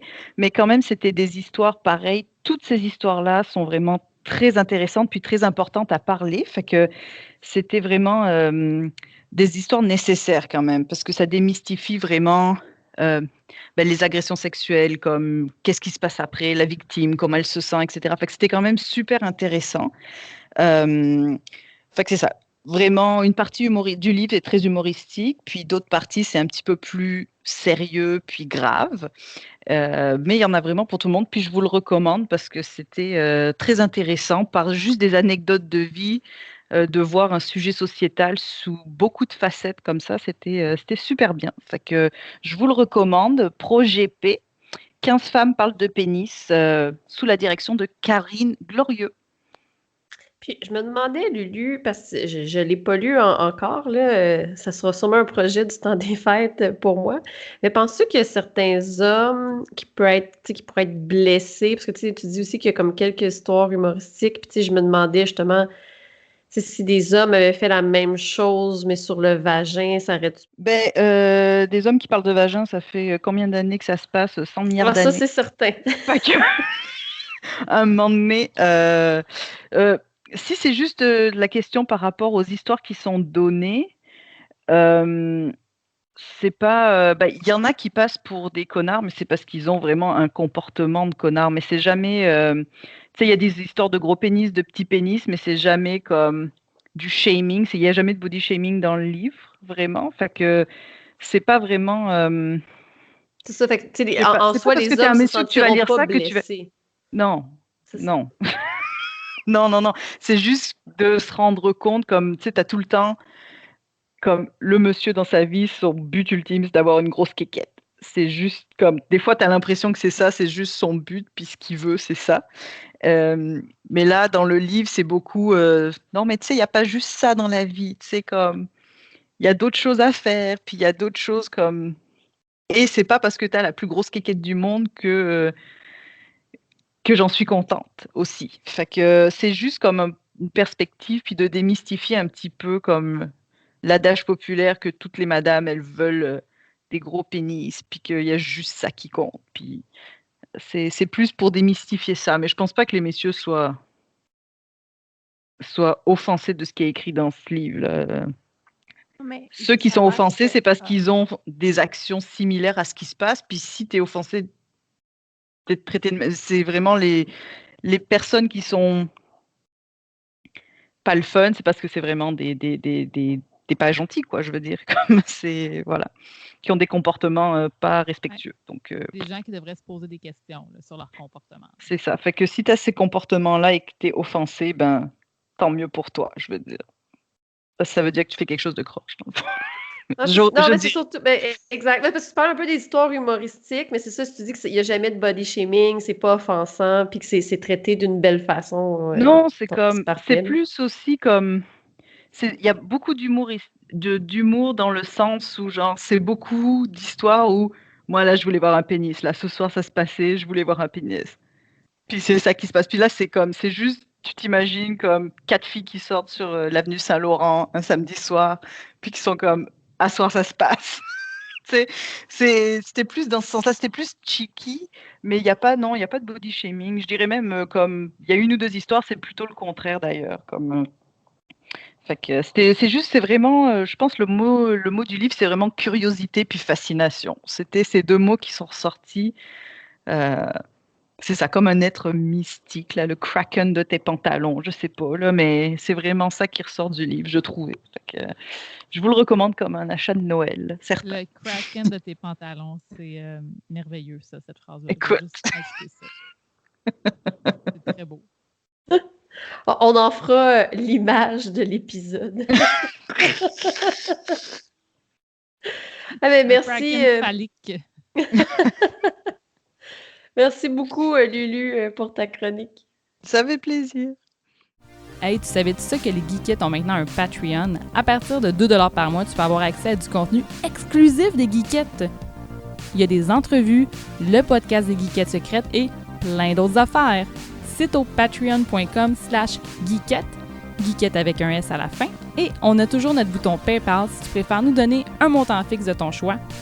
Le bouton est sur notre site web au geeketteavecunS.ca, geeketteavecunS.ca. Chantal, ce soir, tu vas nous parler de l'expansion de WoW, si je me trompe pas. Ouais, en fait, ma chronique, c'est pas tant sur WoW, c'est comme pourquoi j'ai slacké à écrire une autre chronique. Parce que j'étais supposée faire ma chronique sur Hades, ce qu'on avait discuté il y a un bout, mais j'ai juste joué 7 heures. Puis là, l'expansion de WoW, Shadowlands, est sortie. Puis, il est arrivé la même histoire qui est arrivée avec Enter the Gungeon. Mais Enter the Gungeon, j'ai joué genre 50 heures. Puis, je m'étais dit que je le finirais avant de faire une chronique dessus. Je ne l'ai pas fini encore. Puis, quand j'avais joué, c'était juste avant l'autre, comme avant que je recommence à jouer à WoW, en fait. Fait que j'ai 2 jeux pas finis qui sont ces tablettes à cause de WoW. Fait que je vais vous parler de WoW parce que je voulais être là, même si ça fait 2 chroniques que je fais dessus. Mais je vais essayer de faire ça rapide. Là. Je ne vais pas faire 18 minutes encore. Fait que juste pour être certain que les gens comprennent de quoi qu'on parle, on parle de World of Warcraft, alias WoW. Donc, c'est l'expansion Shadowlands qui est sortie, ça fait 2 semaines à peu près maintenant. Et qui est la raison pourquoi j'ai slacké à écrire une chronique. Pour que vous compreniez l'engouement de ce jeu, en dedans de 24 heures, il y avait 3,7 millions de copies qui sont vendues. C'était un record à ce moment-là.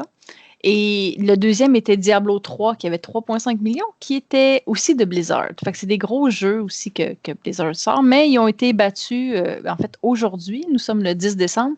Puis, dans le fond, Cyberpunk 2077, est sorti, puis à date, ils ont vendu comme 4,7 millions de copies. Ça fait tellement longtemps que le monde l'attend, fait que là, ça l'a battu, là, mais bref. Wow, c'est un jeu populaire et c'est leur plus grand nombre de joueurs qui ont depuis 10 ans. Fait que cette expansion-là, précisément, est très, très, très populaire. Il y a beaucoup de gens qui sont revenus au jeu. Avant de parler de l'Expac, avant de parler de l'expansion, je vais parler un peu de l'histoire de War. J'ai jamais embarqué dans l'histoire de War. Là. Je ne suis pas tant intéressée par ça. Là. Des fois, il y a des petits breaks qui te montrent une vidéo. Souvent, moi, je fais skip puis je m'en fous.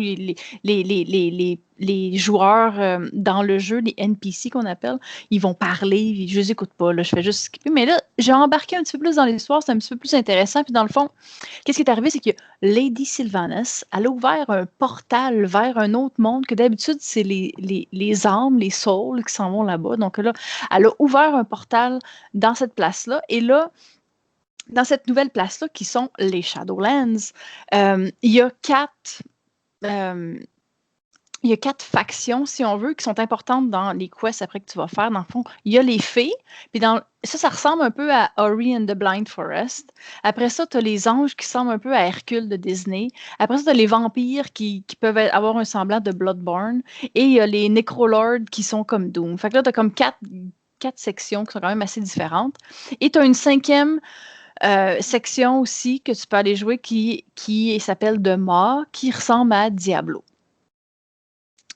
Puis en gros, donc, il y a un méchant vampire qui prend que toutes les âmes qui sont supposées passer à travers ces 4 zones-là, ben, ils vont toutes dans Dema, qui est comme la prison / l'enfer. Et là, nous, on va aller se battre contre ce méchant vampire-là, mais c'est l'objectif ultime en ce moment. Éventuellement, il va y avoir d'autres contenus qui vont ajouter, mais en ce moment, c'est l'objectif ultime d'aller battre ce méchant vampire-là. Ça, c'est ma minute sur l'histoire. Je suis vraiment pas l'histoire de War. Mais c'était quand même intéressant, cette portion-là. Et c'est important, les 4 factions que j'ai parlé, donc les fées, les anges, les vampires et les Necrolords. Donc, qu'est-ce qui a occupé mon temps dans les 2 dernières semaines, qui a fait que j'ai pas pu jouer à Dice puis écrire ma chronique? C'est que, premièrement, il fallait que je level mon bonhomme de 50 à 60. Il y avait 10 niveaux qui étaient ajoutés.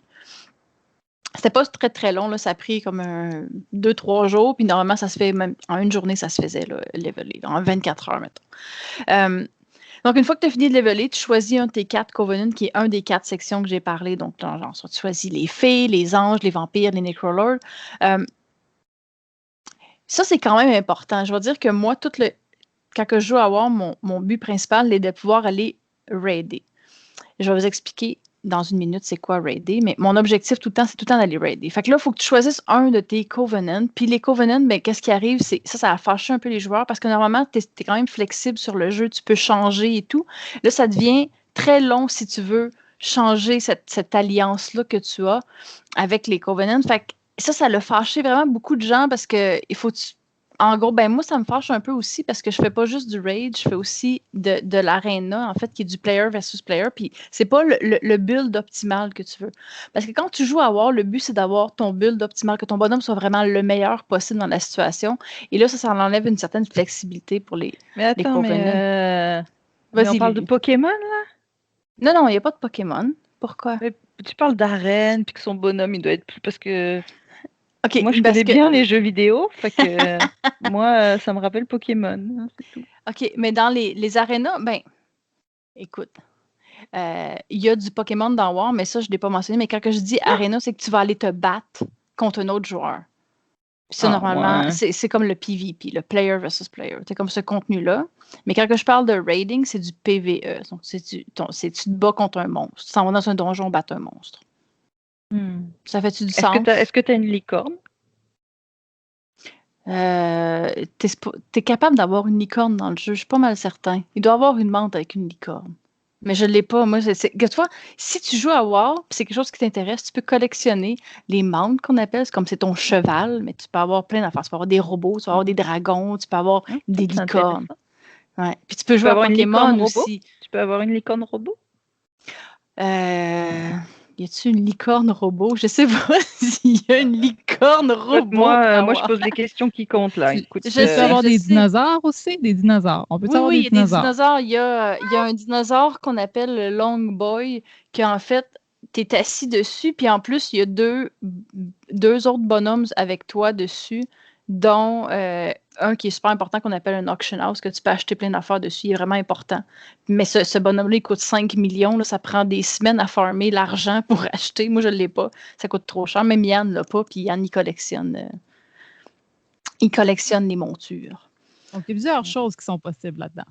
Il y a énormément de choses. Ma chronique précédente sur WoW a duré 18 minutes, puis je sais qu'il y a beaucoup de gens qui n'ont pas compris c'était quoi WoW. Puis là, j'essaie de focusser sur le raiding, mais clairement, j'échoue en ce moment parce qu'on diverge à parler de monture puis de Pokémon. Non, mais on fait exprès aussi, là. Non, mais c'est bien correct, c'est bien correct. Moi, je veux que vos micros soient ouverts puis que vous discutiez avec moi, là, parce que je vous l'ai dit, j'ai pas fait de chronique jouer à WoW, puis je vous en parle, là.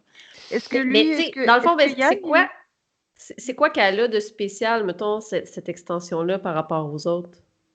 En fait, les Covenants que je mentionnais, parce que ultimement, ce que les gens ils font quand ils jouent à WoW, oui, c'est possible de faire plein de trucs, mais ultimement, les gens, ils veulent raider. Ça veut dire qu'ils veulent battre le contenu du jeu, ils veulent finir la cassette, si tu veux. Puis là, pour finir le jeu, il faut aller battre les gros monstres d'un donjon qui sont des raids. Les raids, qu'est-ce qu'il y a de particulier? C'est que tu vas jouer avec 19 autres joueurs. Fait que là, moi, c'est mon objectif. J'ai un groupe avec lequel je joue en ce moment. Puis on est 20 joueurs au total qui on veut aller battre ce monstre-là. Mais on s'entend quand tu t'en vas te battre contre un monstre à 20, il faut que tu sois préparé. Il faut que les gens connaissent. Tu connaisses le boss que tu t'en vas te battre, puis il faut que tu sois au meilleur. Fait que là, je disais que j'ai levelé de 50 à 60, mais après, c'est pas tout. Tu sais, j'ai fait des petits donjons où t'es genre 5 personnes. Puis là, tu vas aller chercher du meilleur gear. Ça veut dire un meilleur chapeau, une meilleure veste, des meilleurs pantalons, des meilleurs bottes. Non, la licorne, elle affecte pas. Ça, c'est juste du contenu. C'est de l'extra. C'est de l'extra. Tu écriras au patron de WoW pour leur dire que quand même, la licorne, c'est pas extra. Mais je suis pas mal sûre qu'il y en a une licorne, mais malheureusement, en ce moment, elle n'est pas nécessaire pour aller raider. Mais je te promets, Lulu, si je trouve une licorne dans mes mounts ou que je trouve que si elle est facile à aller chercher, je vais aller la chercher. Il y en a qui demandent beaucoup de temps. Mais bref, moi, ce que je veux appliquer, mon objectif ici est de vous dire à quel point que ça demande de la préparation pour aller. Parce qu'en ce moment, il y a un raid qui s'appelle le Castle of Natria.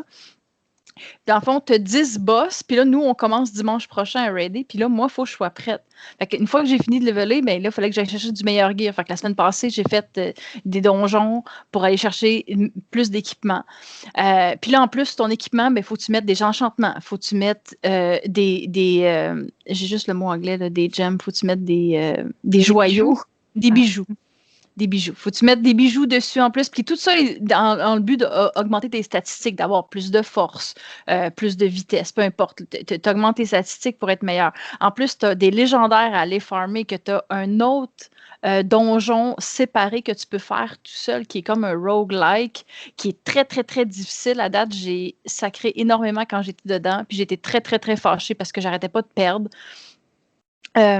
Que là, lui, il te sert à ramasser des poussières d'âmes, puis qu'après ça, tu peux aller farmer tu peux aller créer une pièce d'équipement qui est légendaire, qui est vraiment bonne, mais tu peux en avoir juste une sur toi. Fait que, mettons, moi, mon bonhomme, le meilleur que je peux faire, c'est juste des bottes. Fait que je vais avoir des belles bottes légendaires qui vont me permettre d'être meilleur. Puis là, en plus, tu as une autre affaire j'élaborais pas là-dessus, mais c'est des conduits. Puis là, il faut que je monte les meilleurs conduits. Puis en plus, il faut que j'aille comme de l'huile, de la potion, de la bouffe, des flasques. Tu as plein d'affaires à avoir. Comme au total, là, je mets tout ça ensemble. Puis là, il faut que je sois au meilleur que je peux, mais que j'aille raider. Fait que c'est pour ça que j'ai pas écrit de chronique. Parce que je fais juste jouer à WoW, puis je joue comme 2-3 heures par soir la semaine. Puis après ça, je joue 8-10 heures la fin de semaine, le samedi. Tu perfectionnes tes bottes. Je shine mes bottes. Ils vont shiner comme jamais pendant que je vais être assis sur ma licorne. On peut mettre ça. Mais là, avez-vous réussi vos raids? Non, mais c'est en fait, ça commençait cette semaine. Il était ouvert cette semaine. Puis nous, notre groupe, il est cédulé dimanche soir. Fait que c'est dimanche prochain qu'on va raider. Fait que là, j'espère que tu vas être à niveau, là, Chantal. Là. Mais en fait, là, ça dépend pas juste de moi. Parce que moi, je me donne parce que je veux pas être le petit canard boiteux, au fond, qui fait qu'on échoue à cause de moi. Mais ça se peut, il y a du monde dans mon groupe de raid qui ont fini de leveler cette semaine, que eux, il faut qu'ils montent leur bonhomme, il faut qu'ils améliorent leur équipement, il faut qu'ils aillent chercher leur enchant, aillent chercher leur gem, aillent chercher tous leurs consommables. Ils ont beaucoup de choses à faire que je suis pas sûre qu'ils vont avoir le temps de faire, fait que ça se peut qu'on réussisse pas, mais ça sera pas de ma faute.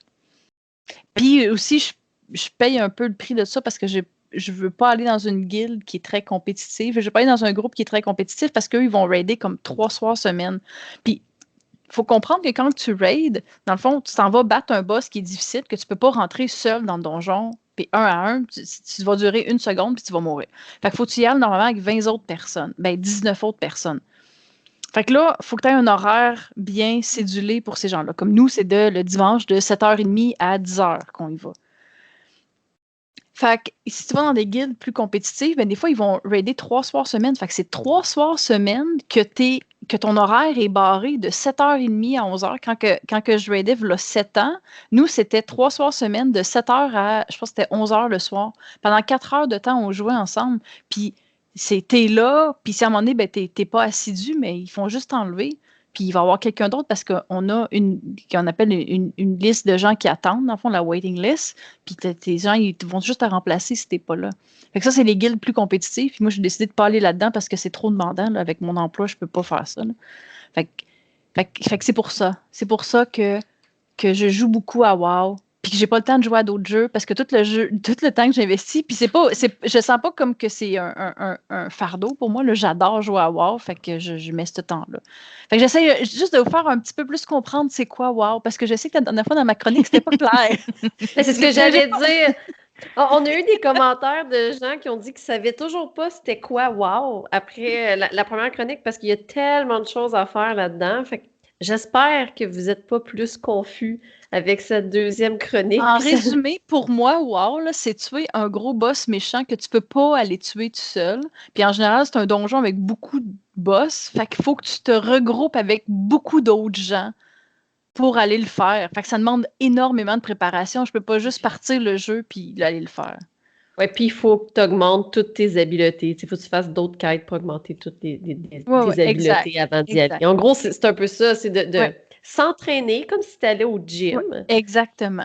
Trouver des ressources parce que tu veux t'acheter les meilleurs souliers.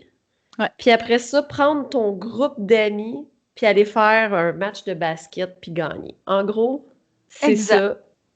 Bravo, Martine, te résumer WoW avec une game de basket. En fait, c'est pas du tout comme Tetris, quoi, en gros. C'est différent de Tetris. On pourrait effectivement très peu comparer ça à Tetris. Déjà, dans Tetris, il n'y a pas de licorne. Déjà, un. Ah, ça, c'est une déception. Non, ça, pas déjà. De licorne. Merci beaucoup, Chantal, pour cette explication de WoW. Ça fait plaisir.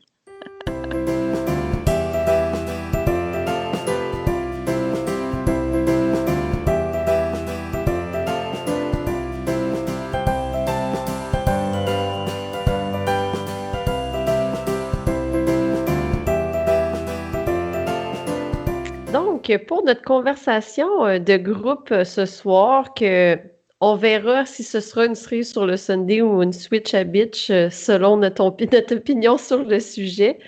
On se demandait, est-ce que cette année, on va vraiment s'ennuyer des parties de Noël ou pas, avec tout ce qui se passe et le confinement en zone rouge?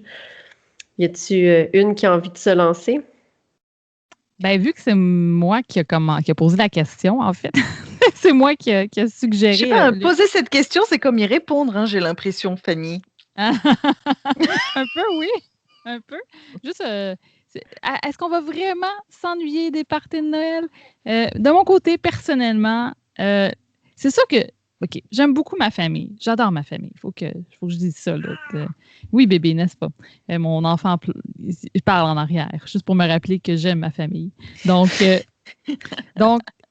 pense, tu sais, mais tu sais, comme rendu à mon vénérable âge qui approche du 4-0, je pense que c'est correct de prendre une pause de Noël une fois de temps en temps. Tu sais, de prendre une petite pause de « Hey, C'est sûr que là, c'est un petit peu intense parce que quand j'ai posé cette question-là, on avait encore le droit on était en pandémie, puis on avait encore le droit de se réunir mais limité. Puis ça me convenait, un petit Noël limité. Mais là, on n'a plus le droit à Montréal et dans plusieurs régions au Québec de se rencontrer pour Noël. Il faut vraiment qu'on reste chez nous. Là, c'est une autre game. Là, ça, je trouve que Lulu est comme « Ouais! » Mais ça, c'est une autre game. Moi, je suis comme « OK, ça, c'est un peu intense. » là. T'es pas d'accord, Lulu? Non, alors, en fait, juste pour moi de mon côté, mes parents sont en France, ma grand-mère est en France, fait que moi ça fait plus de 10 ans que mes Noëls se font en fait par vidéo déjà, fait que le party, C'est ça, comme le party de Noël en général, pendant longtemps, c'était juste mon frère et moi, on mangeait une pizza en regardant un film de Nick Cage. Fait que c'était Noël, tu vois, Mais c'est le gros tu sais, un party. party, c'est pas juste le souper de Noël. Tu sais, je pense qu'il faut inclure aussi là-dedans les parties de bureau, les parties. Il y en a certains on va s'ennuyer, d'autres non. La réponse est non, hein? Non. Ben, moi, je suis une fan du party de Noël du bureau. Je trouve que écoute, ça fait des très bons épisodes de Noël de séries télé également, là, les parties de bureau. Là, je pense à Mad Men, entre autres, que selon moi, un des épisodes de Noël de parties de bureau le plus épique au monde. Allez voir ça, la première saison. Donc, je trouve que, non, moi, je vais m'ennuyer du party de bureau de Noël quand même parce que c'est comme toujours un peu différent selon ta job, tu sais, si ça fait longtemps que tu es là ou non, tu sais. Je trouve que c'est toujours un peu comique, ça met beaucoup d'anecdotes dans les parties de bureau, comme on en a déjà discuté au Geekette. Parties de famille, je les adore, je les aime beaucoup, mais des fois, c'est un peu intense parce que, en tout cas, moi, de mon côté, c'est des grosses familles, puis plus ça va, plus on est parce qu'on se reproduit, tu sais. Fait qu'on devient de plus en plus un peu dans nos petits groupes de grosses familles, là. Donc, je trouve ça un peu dommage, là, des fois, là, mais bon. Moi, en fait, tu sais, je pense que ce que je trouvais difficile, mettons, tu sais, puis qui me manquera pas, c'est le rythme. Tu sais, dans le sens que, tu sais, souvent, c'est comme, OK, là, ce midi, on va dîner chez les parents de un, puis après ça, le soir, c'est les parents de l'autre, puis après ça, c'est les amis, puis après ça, puis, tu sais, nous, la moitié de notre famille est en Abitibi aussi. Fait que là, il y avait toujours après ça, bon, ben là, le voyage jusqu'en Abitibi, revenir, puis tu sais, en 10 jours, ben, tu sais, c'est court, là. Fait qu'on dirait que cette année, j'étais comme, ah yes, on n'aura pas besoin de se courir partout. Puis, tu sais, ça va vraiment être un moment pour me reposer. Puis, tu sais, juste faire ce que ça me tente, puis me lever à l'heure que je veux, puis pas me sentir pleine à tous les soirs parce que j'ai voulu manger tous les desserts disponibles sur la table. Ouais. Fait que, tu sais, le rythme, tu sais, je suis contente de pas vivre ça.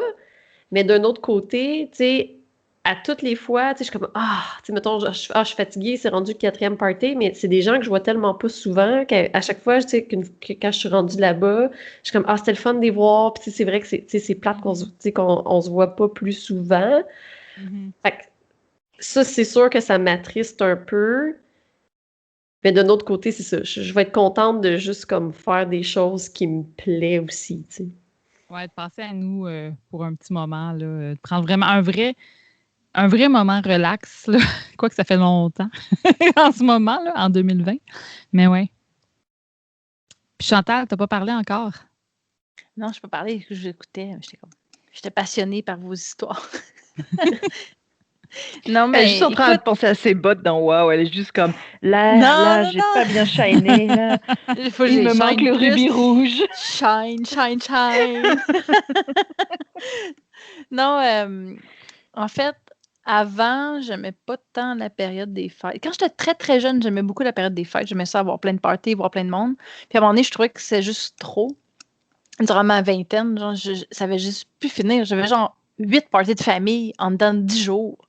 Puis là, ça n'a juste pas de sens. Puis en plus, dans les parties, j'avais pas le temps de voir personne parce que c'est tellement des gros parties, il y a tellement de monde que tu parles vraiment. Tu parles comme. Pas tant que ça. Mais c'est juste des small talk avec tout le monde. Fait qu'à un moment donné, ça devenait juste plate. Il n'y a rien qui avance, il n'y a rien d'approfondi comme discussion. C'est juste salut, je suis là. OK, merci, bye, je pars. Fait que ça, j'aimais pas ce principe-là des parties. Mais dans les dernières années, j'ai réussi quand même à épurer depuis un bout, là. Puis dans le fond, je vois ma famille proche à Noël, au jour de l'an. Puis après ça, il y avait la famille à mon chum. Puis moi, ça m'allait. Fait que tu sais, je trouve ça quand même un peu triste qu'il n'y ait pas de party. Fait que ça va me manquer un peu cette année, même parce que j'ai réussi à épurer les parties d'avant. Parce que sinon, les gros parties de famille, je pense, mettons, entre autres, au côté à ma mère, tu sais, même si j'aimais vraiment beaucoup les parties de côté à ma mère, ils sont 11 enfants. Chacun d'eux, c'est mes cousins, ils ont eu mes cousins-cousines. Mes cousins-cousines ont eu des enfants, puis mes petits cousins-cousines ont des enfants. Fait que les parties, on est genre 80. J'ai pas le temps de parler aux gens, là. Tu fais juste, t'es là. Hey, ça salue, ça fait longtemps qu'on s'est vu. OK, 5 minutes, puis that's it, c'est fini la conversation. Je trouve ça, c'est tellement impersonnel comme soirée. Je suis pas tellement attirée. J'aime les parties, mais j'aime les parties de comme t'es comme soit avec 2 autres personnes jusqu'à, mettons, 10, 12. Mais rendu à 20, 25, je trouve que c'est juste trop de monde, là. Ouais, Malgré que ça compte pas pour ma famille, là, parce que ma famille, quand j'ai mes frères, sœurs, conjoints avec leurs enfants, on est rendu 19. Fait que on est beaucoup, là. Mais ça me va parce qu'il y a beaucoup de jeunes enfants qui courent partout. Fait qu'eux, ils comptent pas trop, ils font juste du bruit dans leur coin, là. Mais entre nous, ma famille proche, ça va. Mais sinon, ça va me manquer, ce Noël-là. Puis, tu sais, la famille à mon chum, on les voit pas souvent. Fait que, tu sais, ça, j'aurais aimé les voir aussi cette année, là. Mais, en tout cas, ça... Moi, il y a mon frère, il y a un truc, là. Lui, il se préparait des questions. Comme, tu sais, mettons dans la voiture, là, on se parlait, moi puis lui, puis on se disait, OK, tel chum est avec telle cousine, c'est quoi leur nom déjà? Puis on se préparait un peu avant.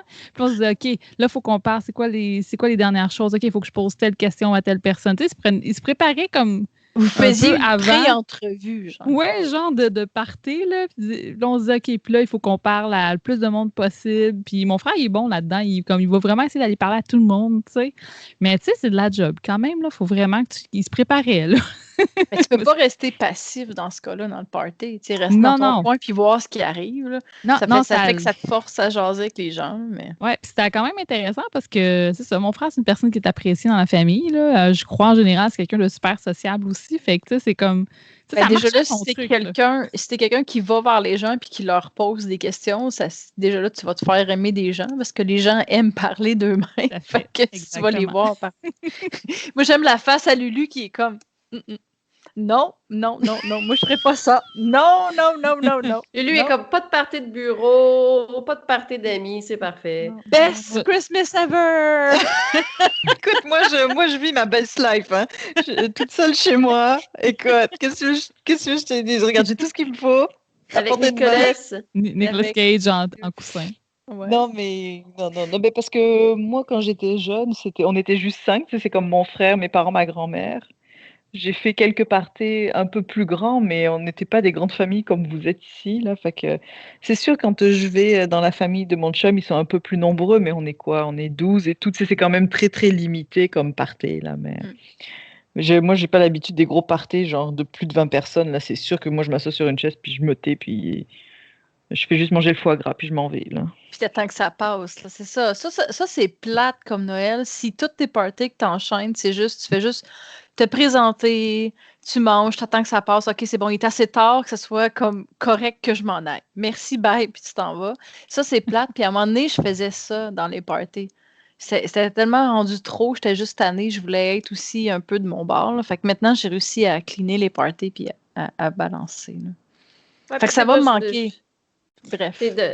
Mon souper de Noël avec ma famille, tu sais, je suis enfant unique, là. Fait que mon souper de Noël avec ma famille, mais c'était avec mon chum puis mes parents, là. Tu sais, fait que ce soit que le souper de Noël ou le souper de dimanche de chaque semaine, je veux dire, c'est comme un souper comme... La seule différence, c'est juste la bouffe c'est la bouffe qui change. Non, même pas, Oh? parce qu'on fait pas. Non, on fait un souper un petit peu plus spécial, là, mais on fait pas de tourtière puis des choses comme ça, là, tu sais. À part que, tu sais, puis là, on fait une petite folie, là, on s'habille chic puis on ouvre du champagne, là, mais à part ça, tu sais. Martine, est-ce que tu portes des paillettes des fois? Ben, rarement, mais ça peut m'arriver. Tu sais qu'elle a un chandail en or, là, aujourd'hui. Ben oui. Ah oui, ben la réponse à cette question, c'est oui, tu portes des paillettes. Ben, en ce moment, oui, parce que j'ai un chandail de Noël, puis c'est un gros chat, puis il y a des cornes de reine en paillettes dorées. Mais excuse-moi, je t'ai coupé dans ton élan, vas-y. Ben non, mais en fait, c'était juste ça. C'est que, tu sais, moi, c'est un peu comme Lulu, mon souper principal, ben, c'est avec mes parents, mais tu sais, que ça soit Noël ou que ça soit pas Noël, ça change pas la liste d'invités, là, disons. Là. Fait que c'est correct. Mais c'est surtout, moi, le party du jour de l'an que je vais m'ennuyer le plus, hein, parce que c'est comme le party annuel où je mélange mes groupes d'amis. Parce que... Oh oui! C'est vrai, tu l'avais dit, ouais. Oui, parce que, tu sais, on fait souvent des farces aux geekettes que je suis très organisée, structurée. Mais c'est ça, il y a comme un running gag que je ne mélange pas mes groupes d'amis. Puis là, c'est pas vrai, ça fait comme à force d'années qu'elle a fait ça. Mais là, à force de partir du jour de l'an, maintenant, les gens se parlent puis ils se côtoient. Fait que c'est ça. Fait que Oui, c'est mais parce que je party les du ai jour de l'an invités sera chez pas nous. manqué. Je les ai invités chez nous il y a 4-5 ans. Puis là, ben, on a brisé la glace. On a eu du plaisir. Je t'ai montré que c'était possible mélanger des groupes d'amis, Martine. On a tellement eu de plaisir. Ça va me manquer. Sincèrement, là, ça, c'est le party qui va me manquer le plus cette année, c'est le 31. Mais Le, le party, le 31 des le trolls. 31, souvent, c'est le party des amis, justement. Ouais. Où est-ce que, OK, là, on se voit avec nos amis, on fait le party, on boit jusqu'à en plus finir. Lulu, qu'est-ce qu'il y a? Hein, pas tant C'est que pour ça, ça que Lulu? j'aime pas ça le 31, c'est parce que j'ai pas d'amis. C'est pour ça que j'aime pas ça. On est tes amis, le 31 Lulu. décembre. On est qui, J'ai nous autres, si comme- on n'est pas Oui. tes amis? Lulu, J'ai- en hein? 2021, je rajoute un groupe, les geekettes. Je vais pas, Elle veut je pas vais pas venir. gâcher je vais pas gâcher le suspense, mais c'est clair que je viendrai pas. Fait que On est plus que 20, elle va s'asseoir dans un coin, il va falloir que j'aille du foie gras à côté d'elle, elle va le manger, elle va checker l'heure. Bon, minuit 5, je peux aller chez nous. Bye. C'est raisonnable. là. Bonne année, ciao, on va chez nous. On va écouter un film de Noël avec du monde en rouge, en vert, en belle petite catégorie, tout seul dans mon coin. ça, c'est la Party! belle vie. Ça, c'est la belle vie. Non, je jaillis le nouvel an. Ah, pour vrai. Oh, j'aime vraiment Comment pas ça? le nouvel an. Mais là, voir du Mais monde parce se que je trouve- frencher, là, t'aimes pas ça, là? C'est Des amis juste- que tu connais se frencher, là, c'est comme que tu C'est pensais juste pas qu'ils se comme- frencheraient, mais qu'ils se frenchent, en tout cas. toujours la soirée que t'attends, puis t'es comme ah ouais, le nouvel an, ça va être malade. Puis là t'arrives, puis c'est toujours plate, puis t'es comme ah. J'aurais Pas pu nos rester parties chez à moi, Chantal regarder et un film, moi. soit habillé rouge et vert. Fait que non, je trouve que c'est vraiment la soirée la plus comment on dit de déception de l'année. Fait que Fun, là. À chaque année, on découvre des nouvelles affaires. OK, juste te donner un exemple. L'année passée, et je sais pas comment ça se fait, on n'est pas cheesy de même d'habitude, mais on s'est mis à faire du limbo le 31. On fait jamais ça. Puis on a découvert qu'un de nos amis était flexible comme jamais. Il nous a toutes comme racé, Un de genre nos au amis limbo. qui n'est pas sportif. Non, là. c'est genre un programmeur, là, vraiment geek. La Il est quand même en flexibilité, ça n'a rien à ça veut voir. rien dire. Ah non, Ça non, veut il rien était dire juste... du tout. Exact, mais il Ah non, était c'était impressionnant. là. genre, la façon qu'il pliait ses genoux, puis qu'il se retourne. J'étais comme, voyons donc, comment tu fais ça? Là? Même moi qui fais plein de yoga, je n'étais pas capable de le battre. Mais effectivement, on a des belles découvertes à chaque année. Fait que Lulu, tu pourrais essayer un de nos parties de jour de l'an, voir si ce sera aussi un party de la déception. Ben c'est ça. Après, tu sais, je peux pas te dire ah non, Martine, c'était plate ta soirée. Il faut toujours que Mais je oui, dise, tu peux ah, le dire. c'est super. J'ai vraiment passé un bon moment. Mais c'est comme, si tu Non. dis que cette face-là, moi, savoir que c'est faux, fait que tu peux le dire. Avec ta Non, face de comme je- ça. Je suis bonne actrice quand je le veux, hein, quand même. J'aime pas ça froisser les gens. Tu sais, comme j'aime pas ça quand quelqu'un met beaucoup d'efforts puis est très fier de ce qu'il a offert. C'est comme une soirée ou de la bouffe, par exemple. Ok, parce que Ah non, là, mais on met c'est pas mon- d'effort. On met pas d'effort au party Non, de non, Toronto, non, comme mais je tout le veux monde dire- se pointe, là, mais... comme quand tu mets de l'effort puis que c'est quelque chose que tu es fier de ta soirée, tu es fier de ton souper. Comme par exemple ici, moi je suis très snobinarde française dans la cuisine des temps des fêtes ici. Donc quand ok, là, bon de toute façon ils le savent déjà parce que Steph leur a tout dit. J'aime vraiment pas le souper qu'ils font chez Steph, comme votre repas traditionnel. Et j'ai dit à Steph qui a répété à tout le monde, fait que maintenant tout le monde est au courant que j'aime pas ça. Mais ça me fait mal au cœur parce que sa maman, elle met beaucoup d'efforts à faire le souper. Mais Fait oui. qu'à chaque fois, tu sais, comme ma technique, c'est d'arriver puis de m'empiffrer la face de foie gras puis de fromage. Et après, je dis, oh, j'ai plus trop faim. OK, mais Parce que je Lulu, veux pas- il faut je veux vraiment pas que tu viennes chez nous. froisser. Nous, on fait du cassoulet, on fait du canard. Fait que tu viennes Elle chez aime moi. pas le cassoulet. Regarde sa face, elle aime pas le cassoulet. Ok, non, mais parce que c'est pas que j'aime pas le cassoulet, j'aime le cassoulet, mais c'est pas un repas des temps des fêtes pour moi, cassoulet. Un cassoulet, Lulu, c'est, qu'est-ce qu'il faut que tu manges? Qu'est-ce qu'il faut que tu manges pour être heureuse dans le temps des fêtes, Lulu? En fait, c'est pas un repas traditionnel, c'est juste qu'on mangeait chez moi, tu comprends? Fait que c'est pas forcément un repas traditionnel français de Noël. C'est juste chez nous, on mangeait la recette de queue de langoustine de ma grand-mère. C'est juste à Noël que tu manges ça. Du foie gras, c'est juste à Noël que tu manges ça. Des choses que je mange juste vraiment à Noël, mais qui sont pas forcément des trucs extravagants en fait. Là, quand tu y penses, manger des crevettes. C'est Et, une les tradition dans crevettes. ta famille. Exactement. Fait que c'est juste comme associé certainement à la nostalgie que j'en ai parce que c'est pas.